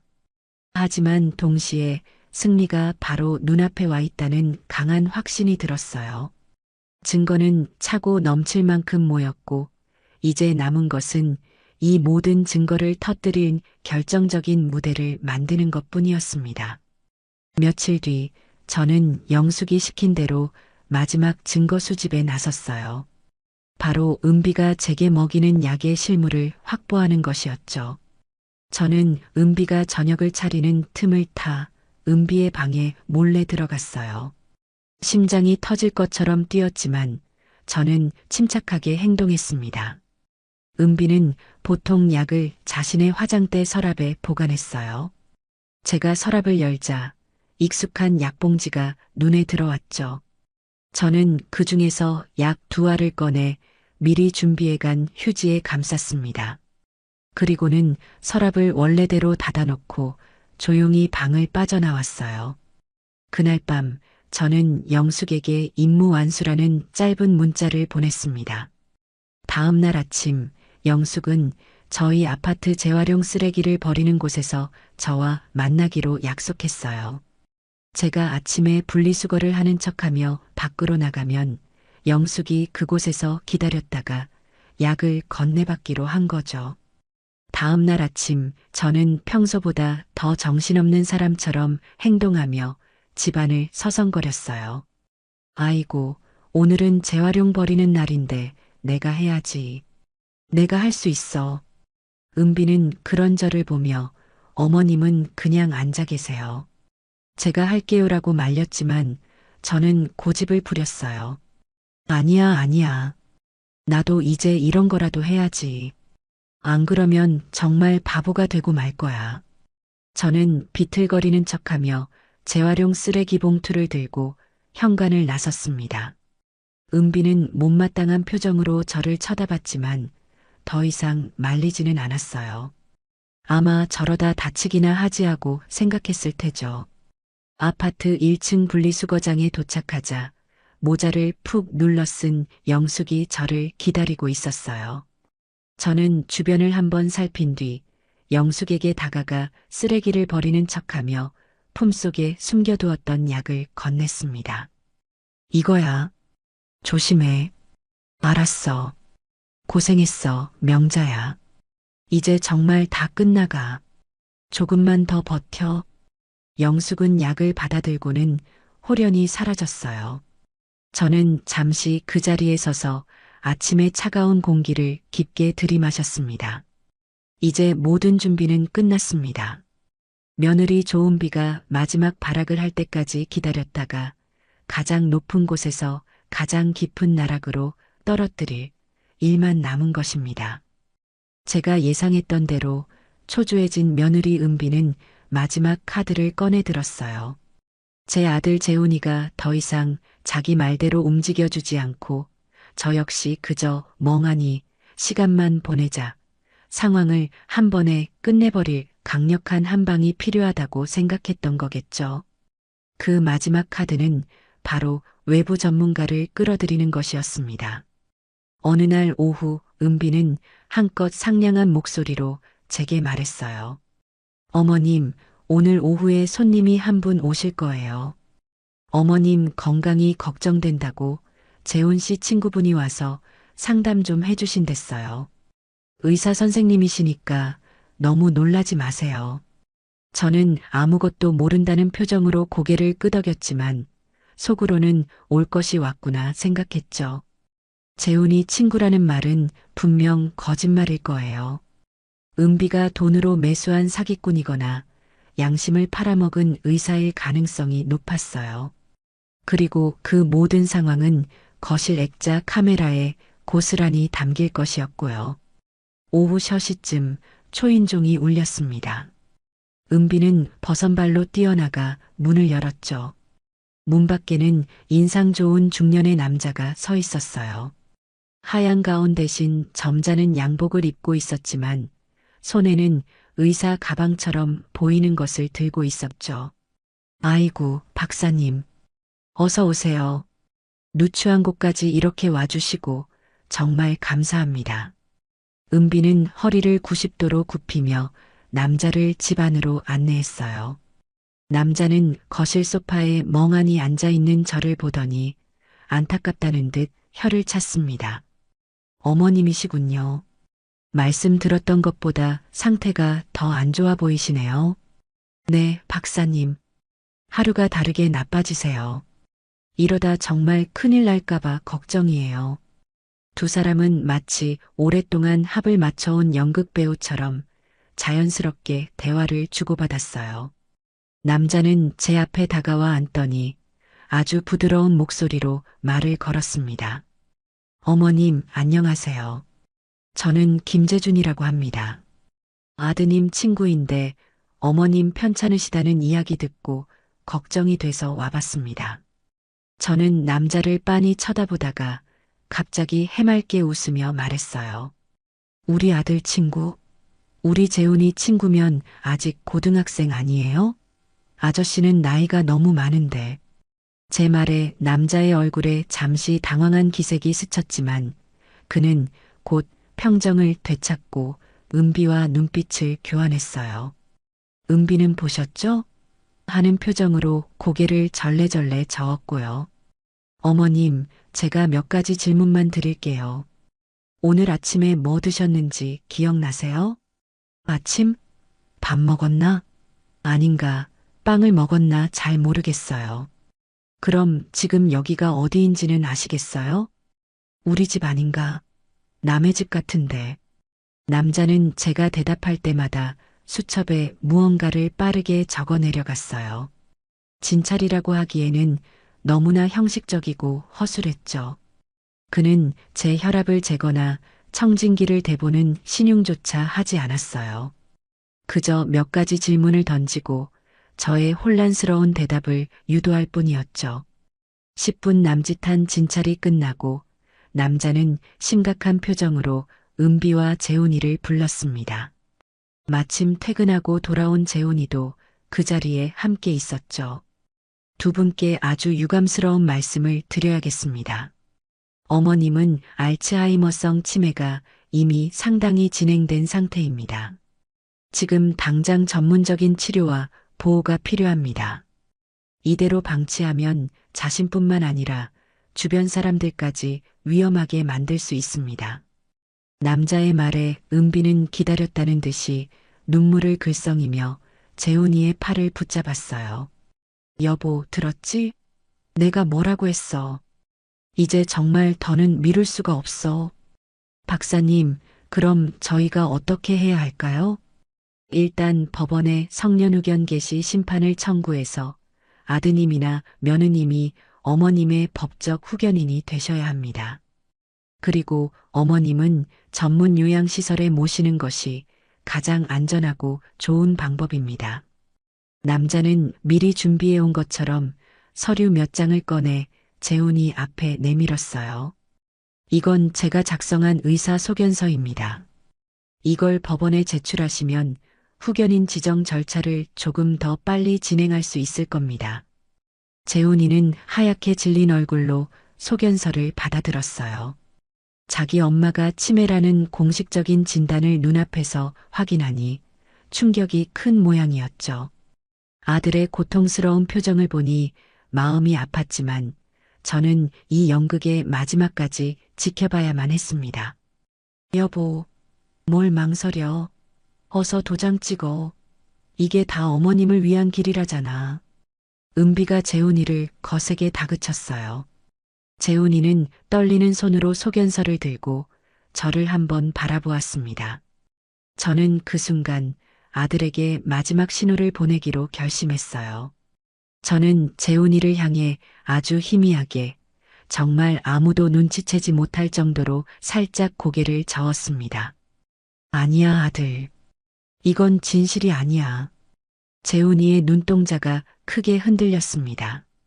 제 미세한 움직임을 본 것인지 아니면 스스로의 마음속에서 마지막 의심이 고개를 든 것인지는 알 수 없었어요. 재훈이는 잠시 망설이더니 결국 펜을 내려놓았습니다. 생각할 시간이 좀 필요할 것 같아.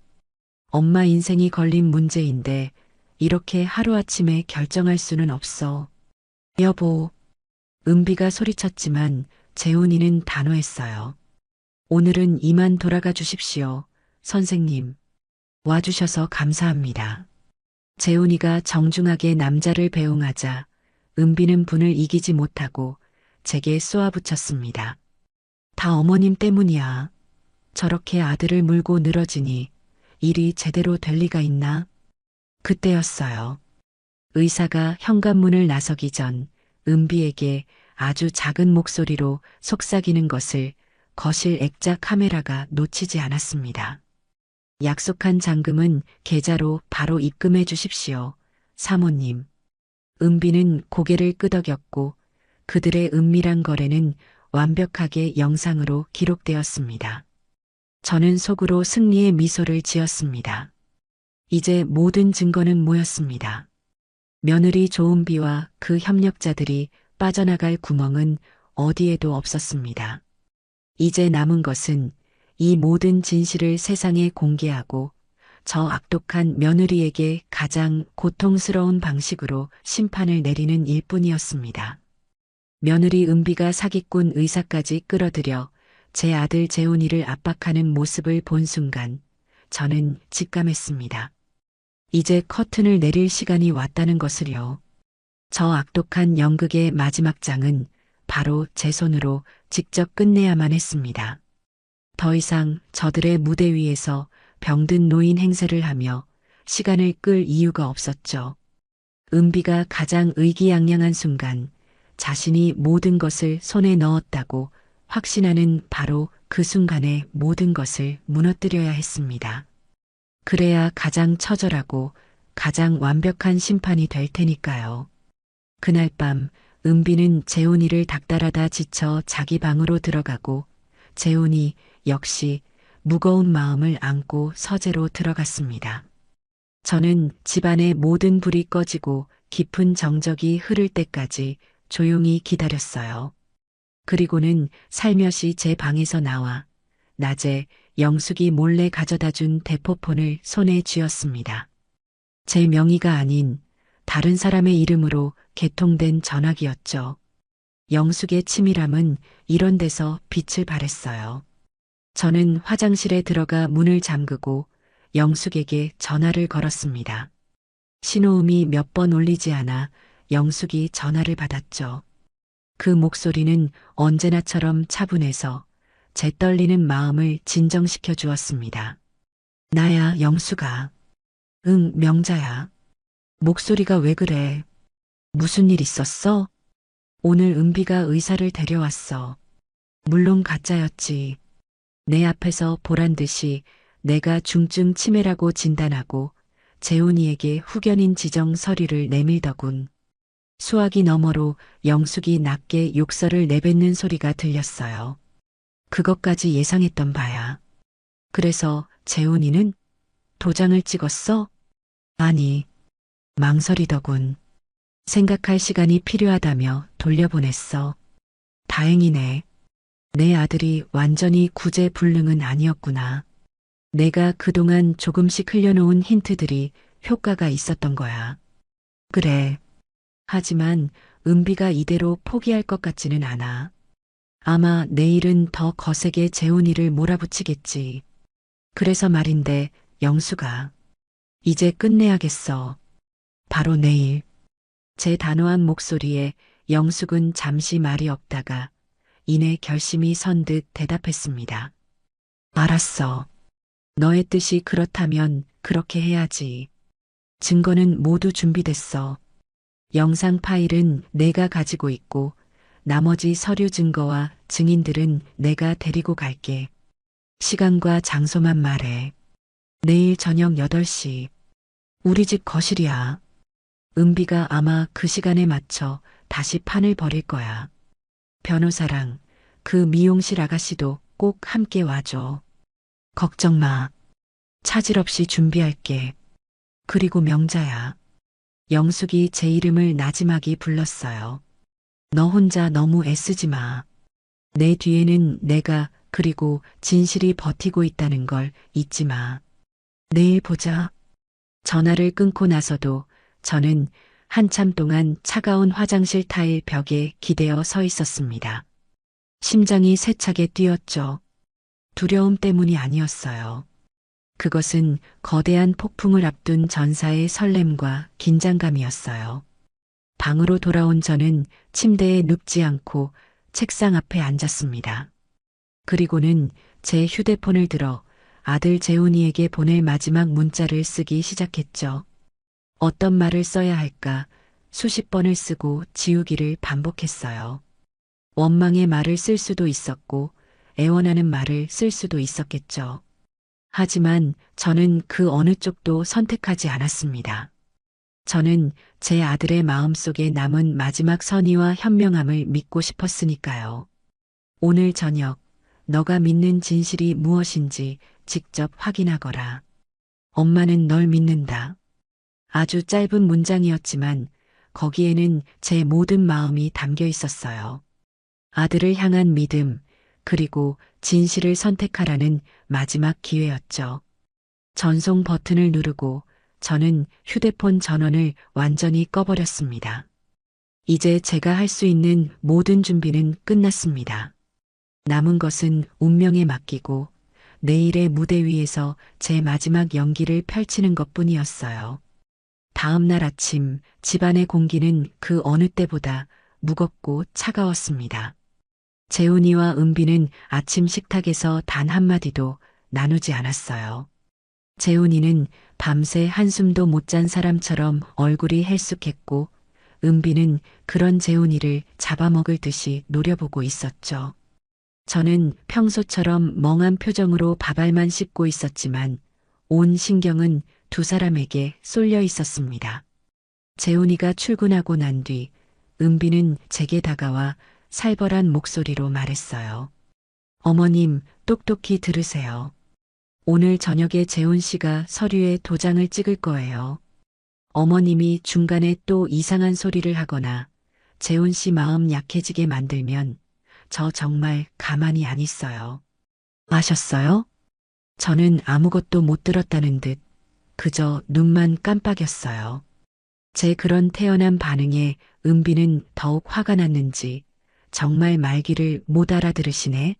라며 제 어깨를 거칠게 밀치고는 자기 방으로 들어가 버렸습니다. 저는 잠시 휘청했지만 넘어지지는 않았어요. 속으로 조용히 숫자를 세웠죠. 이제 앞으로 10시간. 시간은 더디게 하지만 꾸준히 흘러갔습니다. 저는 하루 종일 소파에 앉아 마치 곧 다가올 제 운명을 예감하는 사람처럼 창밖만 하염없이 바라보았습니다. 제 인생이 주마등처럼 스쳐 지나갔어요. 남편을 일찍 여의고 홀로 재훈이를 키우던 고된 시절, 재훈이가 처음으로 엄마라고 불렀을 때의 벅찬 기쁨, 아들이 어여쁜 색시를 데려와 제게 소개해주던 날의 흐뭇함까지요. 그 모든 행복했던 기억들이 오늘 밤이면 산산조각이 나거나 혹은 새로운 희망으로 다시 태어날 것이었습니다. 저녁 7시가 넘어서자 재훈이가 퇴근하고 돌아왔습니다. 그 얼굴은 아침보다 더 어둡고 수척해져 있었죠. 아마 제 문자를 받고 하루 종일 고민에 시달렸을 거예요. 은비는 그런 재훈이를 보자마자 미리 준비라도 한 듯 서류 뭉치를 들고 나타났습니다. 여보, 잘 왔어. 마침 법무사 사무실에서도 사람이 왔네. 이리 와서 앉아. 이제 정말 끝내자. 은비의 말대로 거실에는 처음 보는 남자가 한 명 더 앉아 있었어요. 법무사라고 했지만 그 역시 은비가 돈으로 매수한 사람일 가능성이 높았죠. 은비는 재훈이를 소파에 앉히고 그 앞에 어제 그 사기꾼 의사가 써준 소견서와 후견인 지정 신청서를 펼쳐놓았습니다. 자, 여보. 여기에 도장만 찍으면 돼. 그러면 이제 어머님은 우리가 합법적으로 모실 수 있게 되는 거야. 더는 망설이지 마. 이게 우리 모두를 위한 최선이야. 은비의 목소리는 꿀처럼 달콤했지만 그 안에는 서슬퍼런 독이 숨겨져 있었어요. 재훈이는 떨리는 눈으로 서류와 저를 번갈아 쳐다보았습니다. 아들의 눈동자 속에서 수만 가지 감정이 폭풍처럼 휘몰아치는 것이 보였어요. 사랑, 의심, 죄책감, 연민, 그리고 혼란까지요. 여보, 뭐해? 빨리. 은비가 재촉하는 순간 재훈이는 마침내 결심을 한 듯 인주를 손에 쥐었습니다. 은비의 입가에 승리의 미소가 번졌죠. 저는 그 모습을 조용히 지켜보았습니다. 그래, 재훈아. 너의 선택을 보여줘라. 너가 믿는 진실이 무엇인지 엄마에게 똑똑히 보여줘.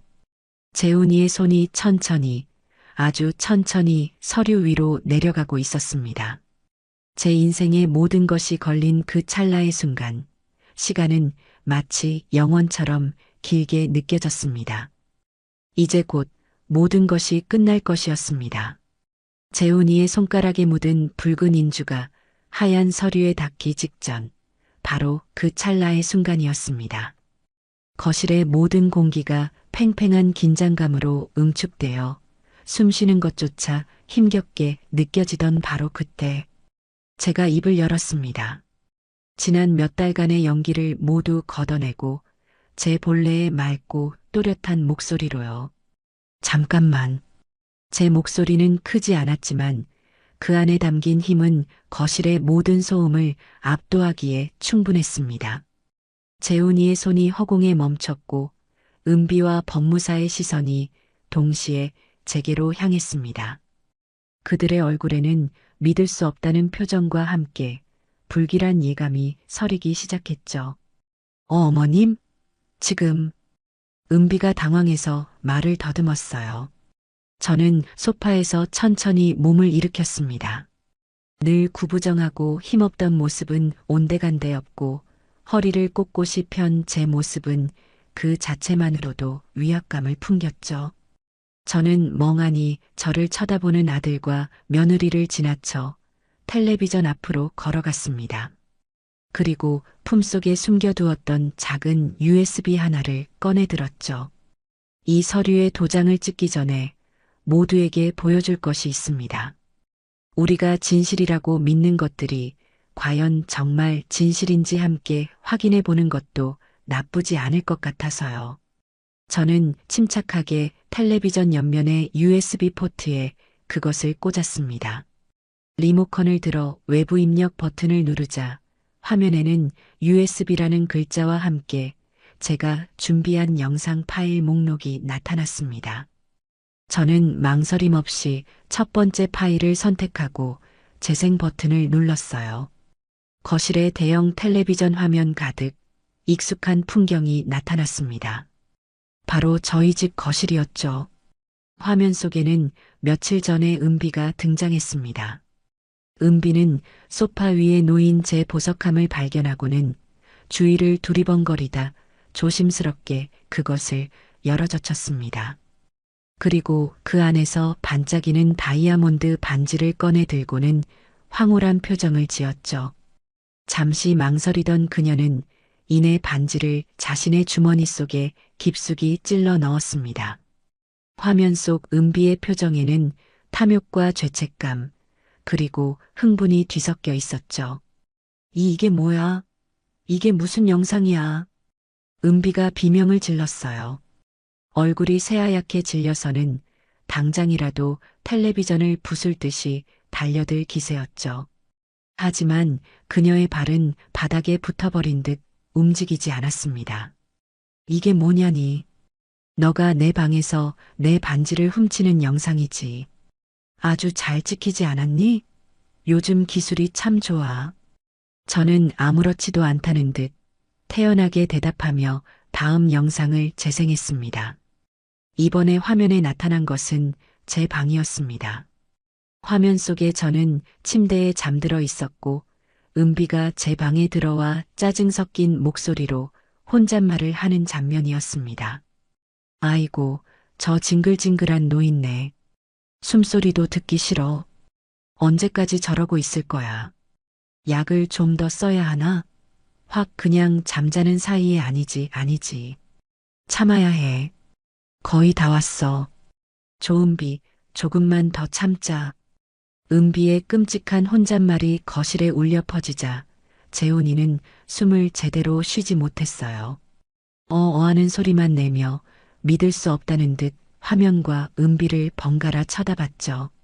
자신의 아내가 잠든 어머니의 머리맡에서 저런 끔찍한 저주를 퍼부었다는 사실을 도저히 받아들일 수 없는 모양이었습니다. 저는 멈추지 않았습니다. 세 번째 영상을 틀었죠. 그 영상에는 은비가 거실에서 누군가와 통화하는 모습이 담겨 있었습니다. 바로 제가 잠든 척하며 들었던 그 통화 내용이었죠. 응, 나야. 시어머니, 아주 잘 되고 있어. 약이 효과가 있는지 이제 자기 아들 얼굴도 못 알아본다니까. 푸아, 이제 이 지긋지긋한 노인네 시중 드는 것도 얼마 안 남았어. 재산만 넘겨받으면 이 빌어먹을 빚쟁이 인생도 끝이야. 은비의 경박한 웃음소리가 스피커를 통해 흘러나오자 재훈이는 결국 자리에 주저앉고 말았습니다. 아들의 무너지는 모습을 보니 마음이 아팠지만 저는 여기서 멈출 수 없었습니다. 이 아이가 얼마나 어리석은 믿음에 사로잡혀 있었는지 제 눈으로 똑똑히 확인하게 해야만 했으니까요. 마지막 영상은 바로 며칠 전 사기꾼 의사가 이 집에 찾아왔을 때의 기록이었습니다. 영상 속에서 의사는 제게 몇 가지 형식적인 질문을 던지고는 너무나 쉽게 중증 치매라는 진단을 내렸습니다. 그리고 영상의 마지막 그가 현관문을 나서며 은비에게 속삭이는 목소리가 아주 선명하게 녹음되어 있었죠. 약속한 잔금은 계좌로 바로 입금해 주십시오. 사모님. 그 장면을 끝으로 영상은 끝났습니다. 텔레비전 화면은 검게 변했고 거실에는 무거운 침묵만이 내려앉았습니다. 법무사라는 남자는 상황이 심상치 않음을 깨닫고 슬금슬금 뒷걸음질 치고 있었고 재훈이는 넋이 나간 사람처럼 바닥에 주저앉아 있었습니다. 그리고 은비는 더 이상 비명을 지르거나 변명을 하지 않았어요. 그녀는 그저 사시나무 떨듯 떨며 모든 것을 포기한 사람처럼 멍하니 화면을 바라보고 있었죠. 자신의 모든 죄악이 만천하에 드러난 그 순간 그녀가 할 수 있는 것은 아무것도 없었습니다. 저는 리모컨을 소파 위에 내려놓고 천천히 은비에게로 다가갔습니다. 그리고는 그녀의 눈을 똑바로 쳐다보며 말했죠. 제 목소리는 얼음장처럼 차갑고 단단했습니다. 이제 알겠니, 얘야. 너가 그토록 원하던 진실이 바로 이거란다. 너는 나를 정신 나간 노인네로 만들고 싶었겠지만 유감스럽게도 나는 단 한순간도 정신을 놓은 적이 없단다. 너의 모든 말과 행동을 이 머리와 가슴에 똑똑히 새기고 있었지.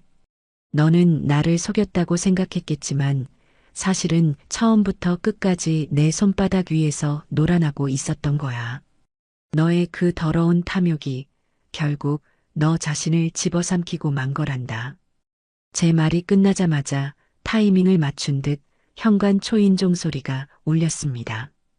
딩동하는 그 소리는 마치 지옥의 문이 열리는 소리처럼 혹은 심판의 시작을 알리는 종소리처럼 거실 안을 서늘하게 파고들었습니다.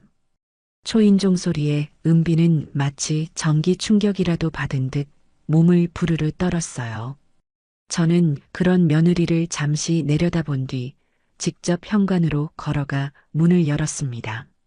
문 밖에는 제 친구 영숙과 훤칠한 인상의 젊은 변호사, 그리고 제게 처음으로 위험을 알려주었던 그 용감한 미용실 아가씨가 서 있었죠. 어서들 와요. 마침 무대가 아주 근사하게 준비되었거든. 제 말에 세 사람은 고개를 끄덕이며 집 안으로 들어섰습니다. 갑자기 들이닥친 외부인들의 모습에 은비는 이제 공포에 질린 표정으로 뒷걸음질 쳤어요. 아들 재훈이는 여전히 넋이 나간 채 바닥에 주저앉아 있었고요. 법무사라는 남자는 이미 꽁무니를 빼고 사라진 뒤였습니다. 영숙은 거실 중앙으로 걸어 나와 은비를 향해 차가운 목소리로 말했습니다. 조은비 씨 맞으시죠? 저는 하명자 여사님의 오랜 친구이자 이번 사건의 조사를 도운 사람입니다. 그리고 이쪽은 하 여사님의 법률 대리인인 김 변호사님, 이쪽은 증인이 되어주실 분입니다.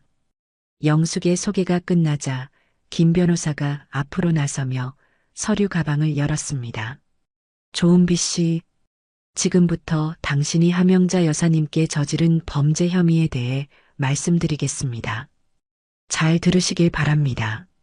변호사는 서류 한 장을 꺼내 들고는 아주 또렷하고 힘있는 목소리로 읽어내려가기 시작했어요. 첫째, 절도죄.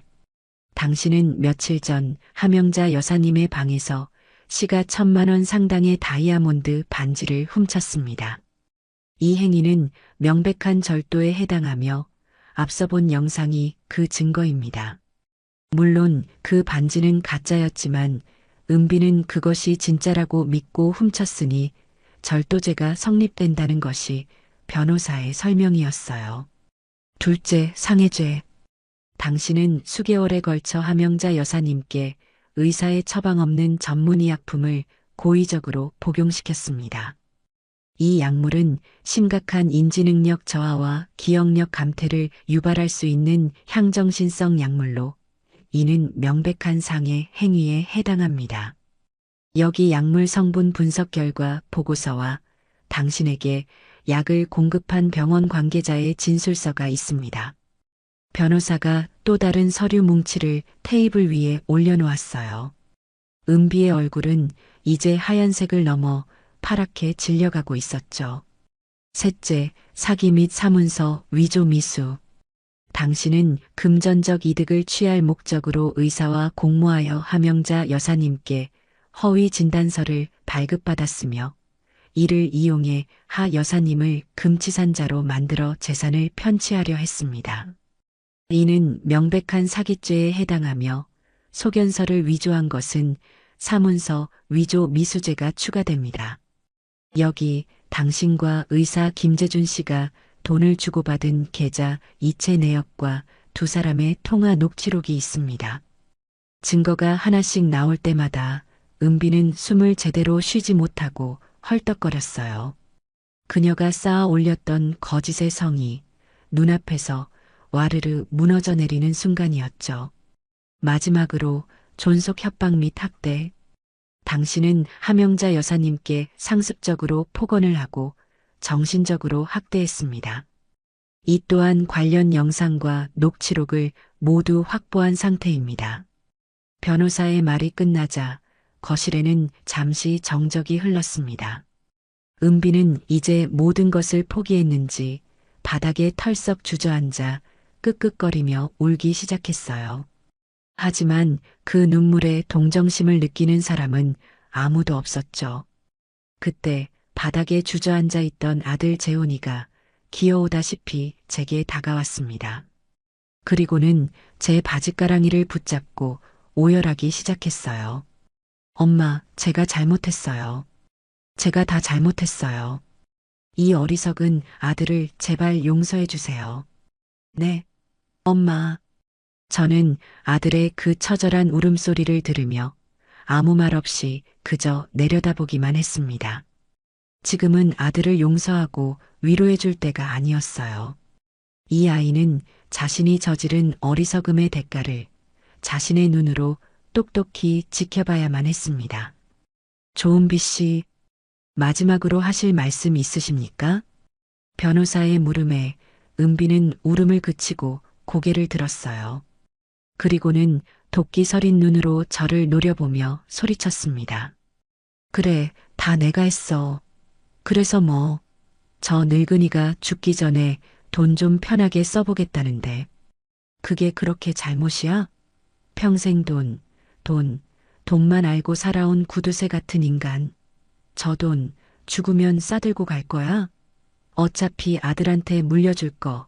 내가 좀 먼저 쓴 게 뭐 그리 대수냐고. 은비는 마지막까지 반성의 기미를 보이지 않았어요. 그 추악한 본성을 남김없이 드러내는 순간이었죠. 저는 그런 은비를 보며 오히려 마음이 편안해졌습니다. 저런 인간에게는 일말의 동정심조차 가질 필요가 없었으니까요. 그래, 내 말이 맞다. 나는 평생 돈만 알고 살아온 구두쇠야. 제가 조용히 입을 열자 모두의 시선이 제게로 향했어요. 그런데 너는 아니? 내가 왜 그렇게 살았는지. 남편 일찍 여의고 너희 시아버지 병수 바라느라 빚더미에 앉았을 때도 나는 굶어가며 악착같이 돈을 모았어.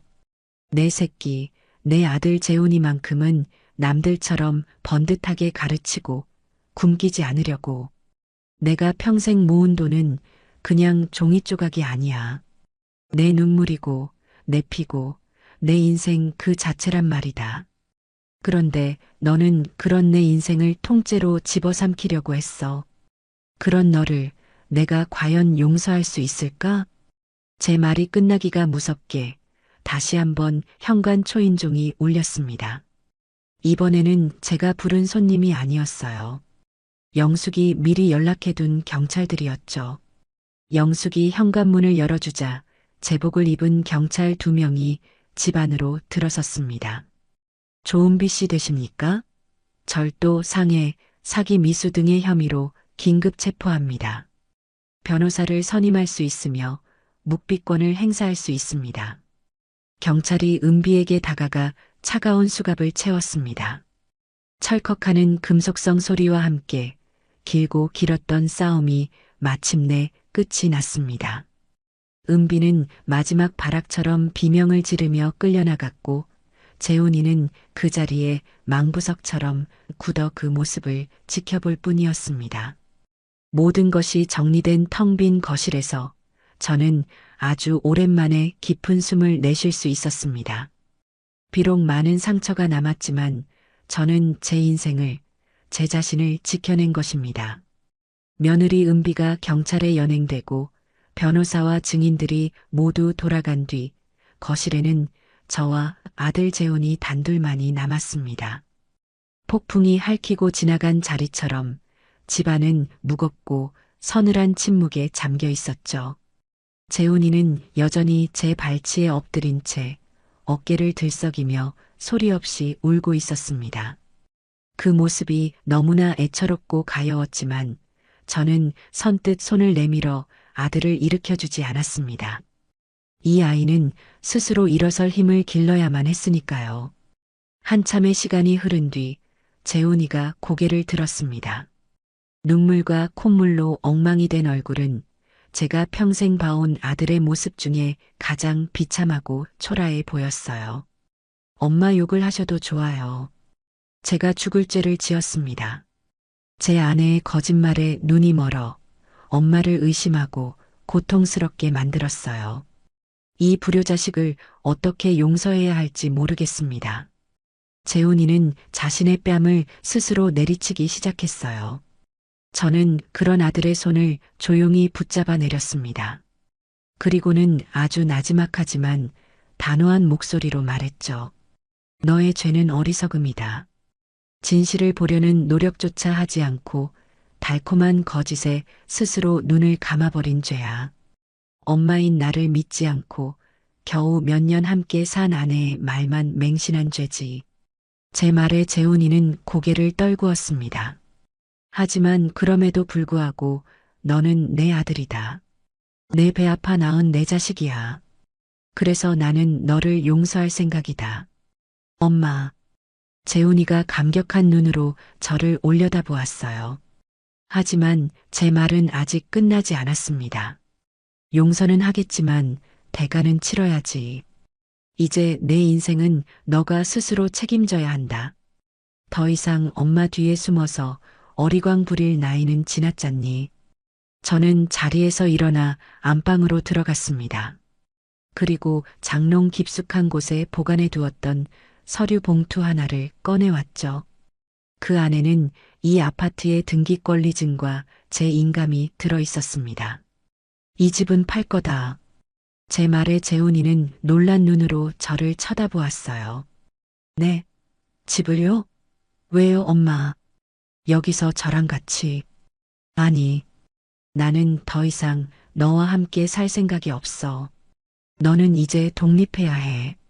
이 어미의 품을 떠나 너 자신의 힘으로 세상을 살아가는 법을 배워야 한다. 저는 미리 알아봐 두었던 부동산 중개업소에 전화를 걸어 집을 최대한 빨리 팔아달라고 요청했습니다. 그리고 재훈이에게 말했죠. 이 집을 판 돈으로 너에게는 작은 아파트 전세금을 마련해 주마. 그걸 미천 삼아 내 인생을 다시 시작해. 내 아내 은비의 죗값은 내가 함께 갚아나가야 할 빚이다. 변호사를 선임해서 아내의 형량을 줄여주든 피해자들에게 합의금을 물어주든 그건 이제 온전히 너의 몫이야. 나는 더 이상 관여하지 않겠다. 제 결심은 확고했습니다. 재훈이는 아무 말도 하지 못하고 그저 제 결정을 받아들일 수밖에 없었죠. 그것이 자신이 저지른 과오에 대한 최소한의 대가라는 것을 아들 역시 알고 있었을 겁니다. 몇 주 뒤 아파트는 생각보다 빨리 팔렸습니다. 저는 약속대로 재훈이에게 전세금을 마련해 주었고 남은 돈은 제 노후 자금으로 챙겼습니다. 재훈이가 이삿짐을 싸서 떠나던 날 우리는 아무 말 없이 서로를 한번 꼭 안아주었어요. 그 포옹 속에는 수만 가지 감정이 담겨 있었죠. 미안함, 고마움, 그리고 새로운 시작을 향한 응원까지요.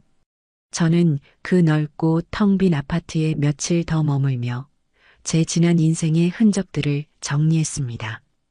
그리고는 저 역시 새로운 보금자리로 이사를 했죠. 제가 새로 옮긴 곳은 서울 근교의 작은 타운하우스였어요. 늘 꿈꿔왔던 것처럼 아담한 정원이 딸린 예쁜 집이었죠. 이삿날 제 새로운 집에는 아주 특별한 손님들이 찾아왔습니다. 제 오랜 친구 영숙과 저를 도와준 용감한 미용실 아가씨였죠. 저는 그 두 사람에게 두둑한 감사금을 봉투에 담아 건넸습니다. 이건 내 고마움의 표시고 약속이야. 정말 고마웠어. 너희들이 없었다면 나는 지금쯤 차가운 요양원 침대에 누워 있었을지도 몰라. 미용실 아가씨는 괜찮다며 손사래를 쳤지만 영숙이 웃으며 그 손에 봉투를 쥐어주었어요. 받아둬요, 아가씨. 이건 그냥 돈이 아니야. 한 사람의 인생을 구한 용기에 대한 훈장 같은 거니까. 그리고 그 돈으로 미용실 차리면 내가 1호 손님으로 갈게. 영숙의 말에 우리는 모두 함께 웃음을 터뜨렸습니다. 그날 우리는 새로 꾸민 정원에 앉아 따스한 가을 햇살을 받으며 맛있는 음식을 나누어 먹었어요. 제 인생의 가장 어두웠던 터널을 지나 마침내 눈부신 빛을 마주한 순간이었죠. 저는 정원의 작은 텃밭에 상추와 깻잎 씨앗을 심었습니다. 이제 곧 파릇파릇한 새싹이 돋아나겠죠. 제 인생도 바로 저 새싹들처럼 과거의 아픔을 딛고 새롭게 시작될 것이었습니다. 물론 혼자 된 아들에 대한 걱정이 왜 없겠어요. 하지만 그 또한 제 아들이 감당해야 할 인생의 무게일 겁니다.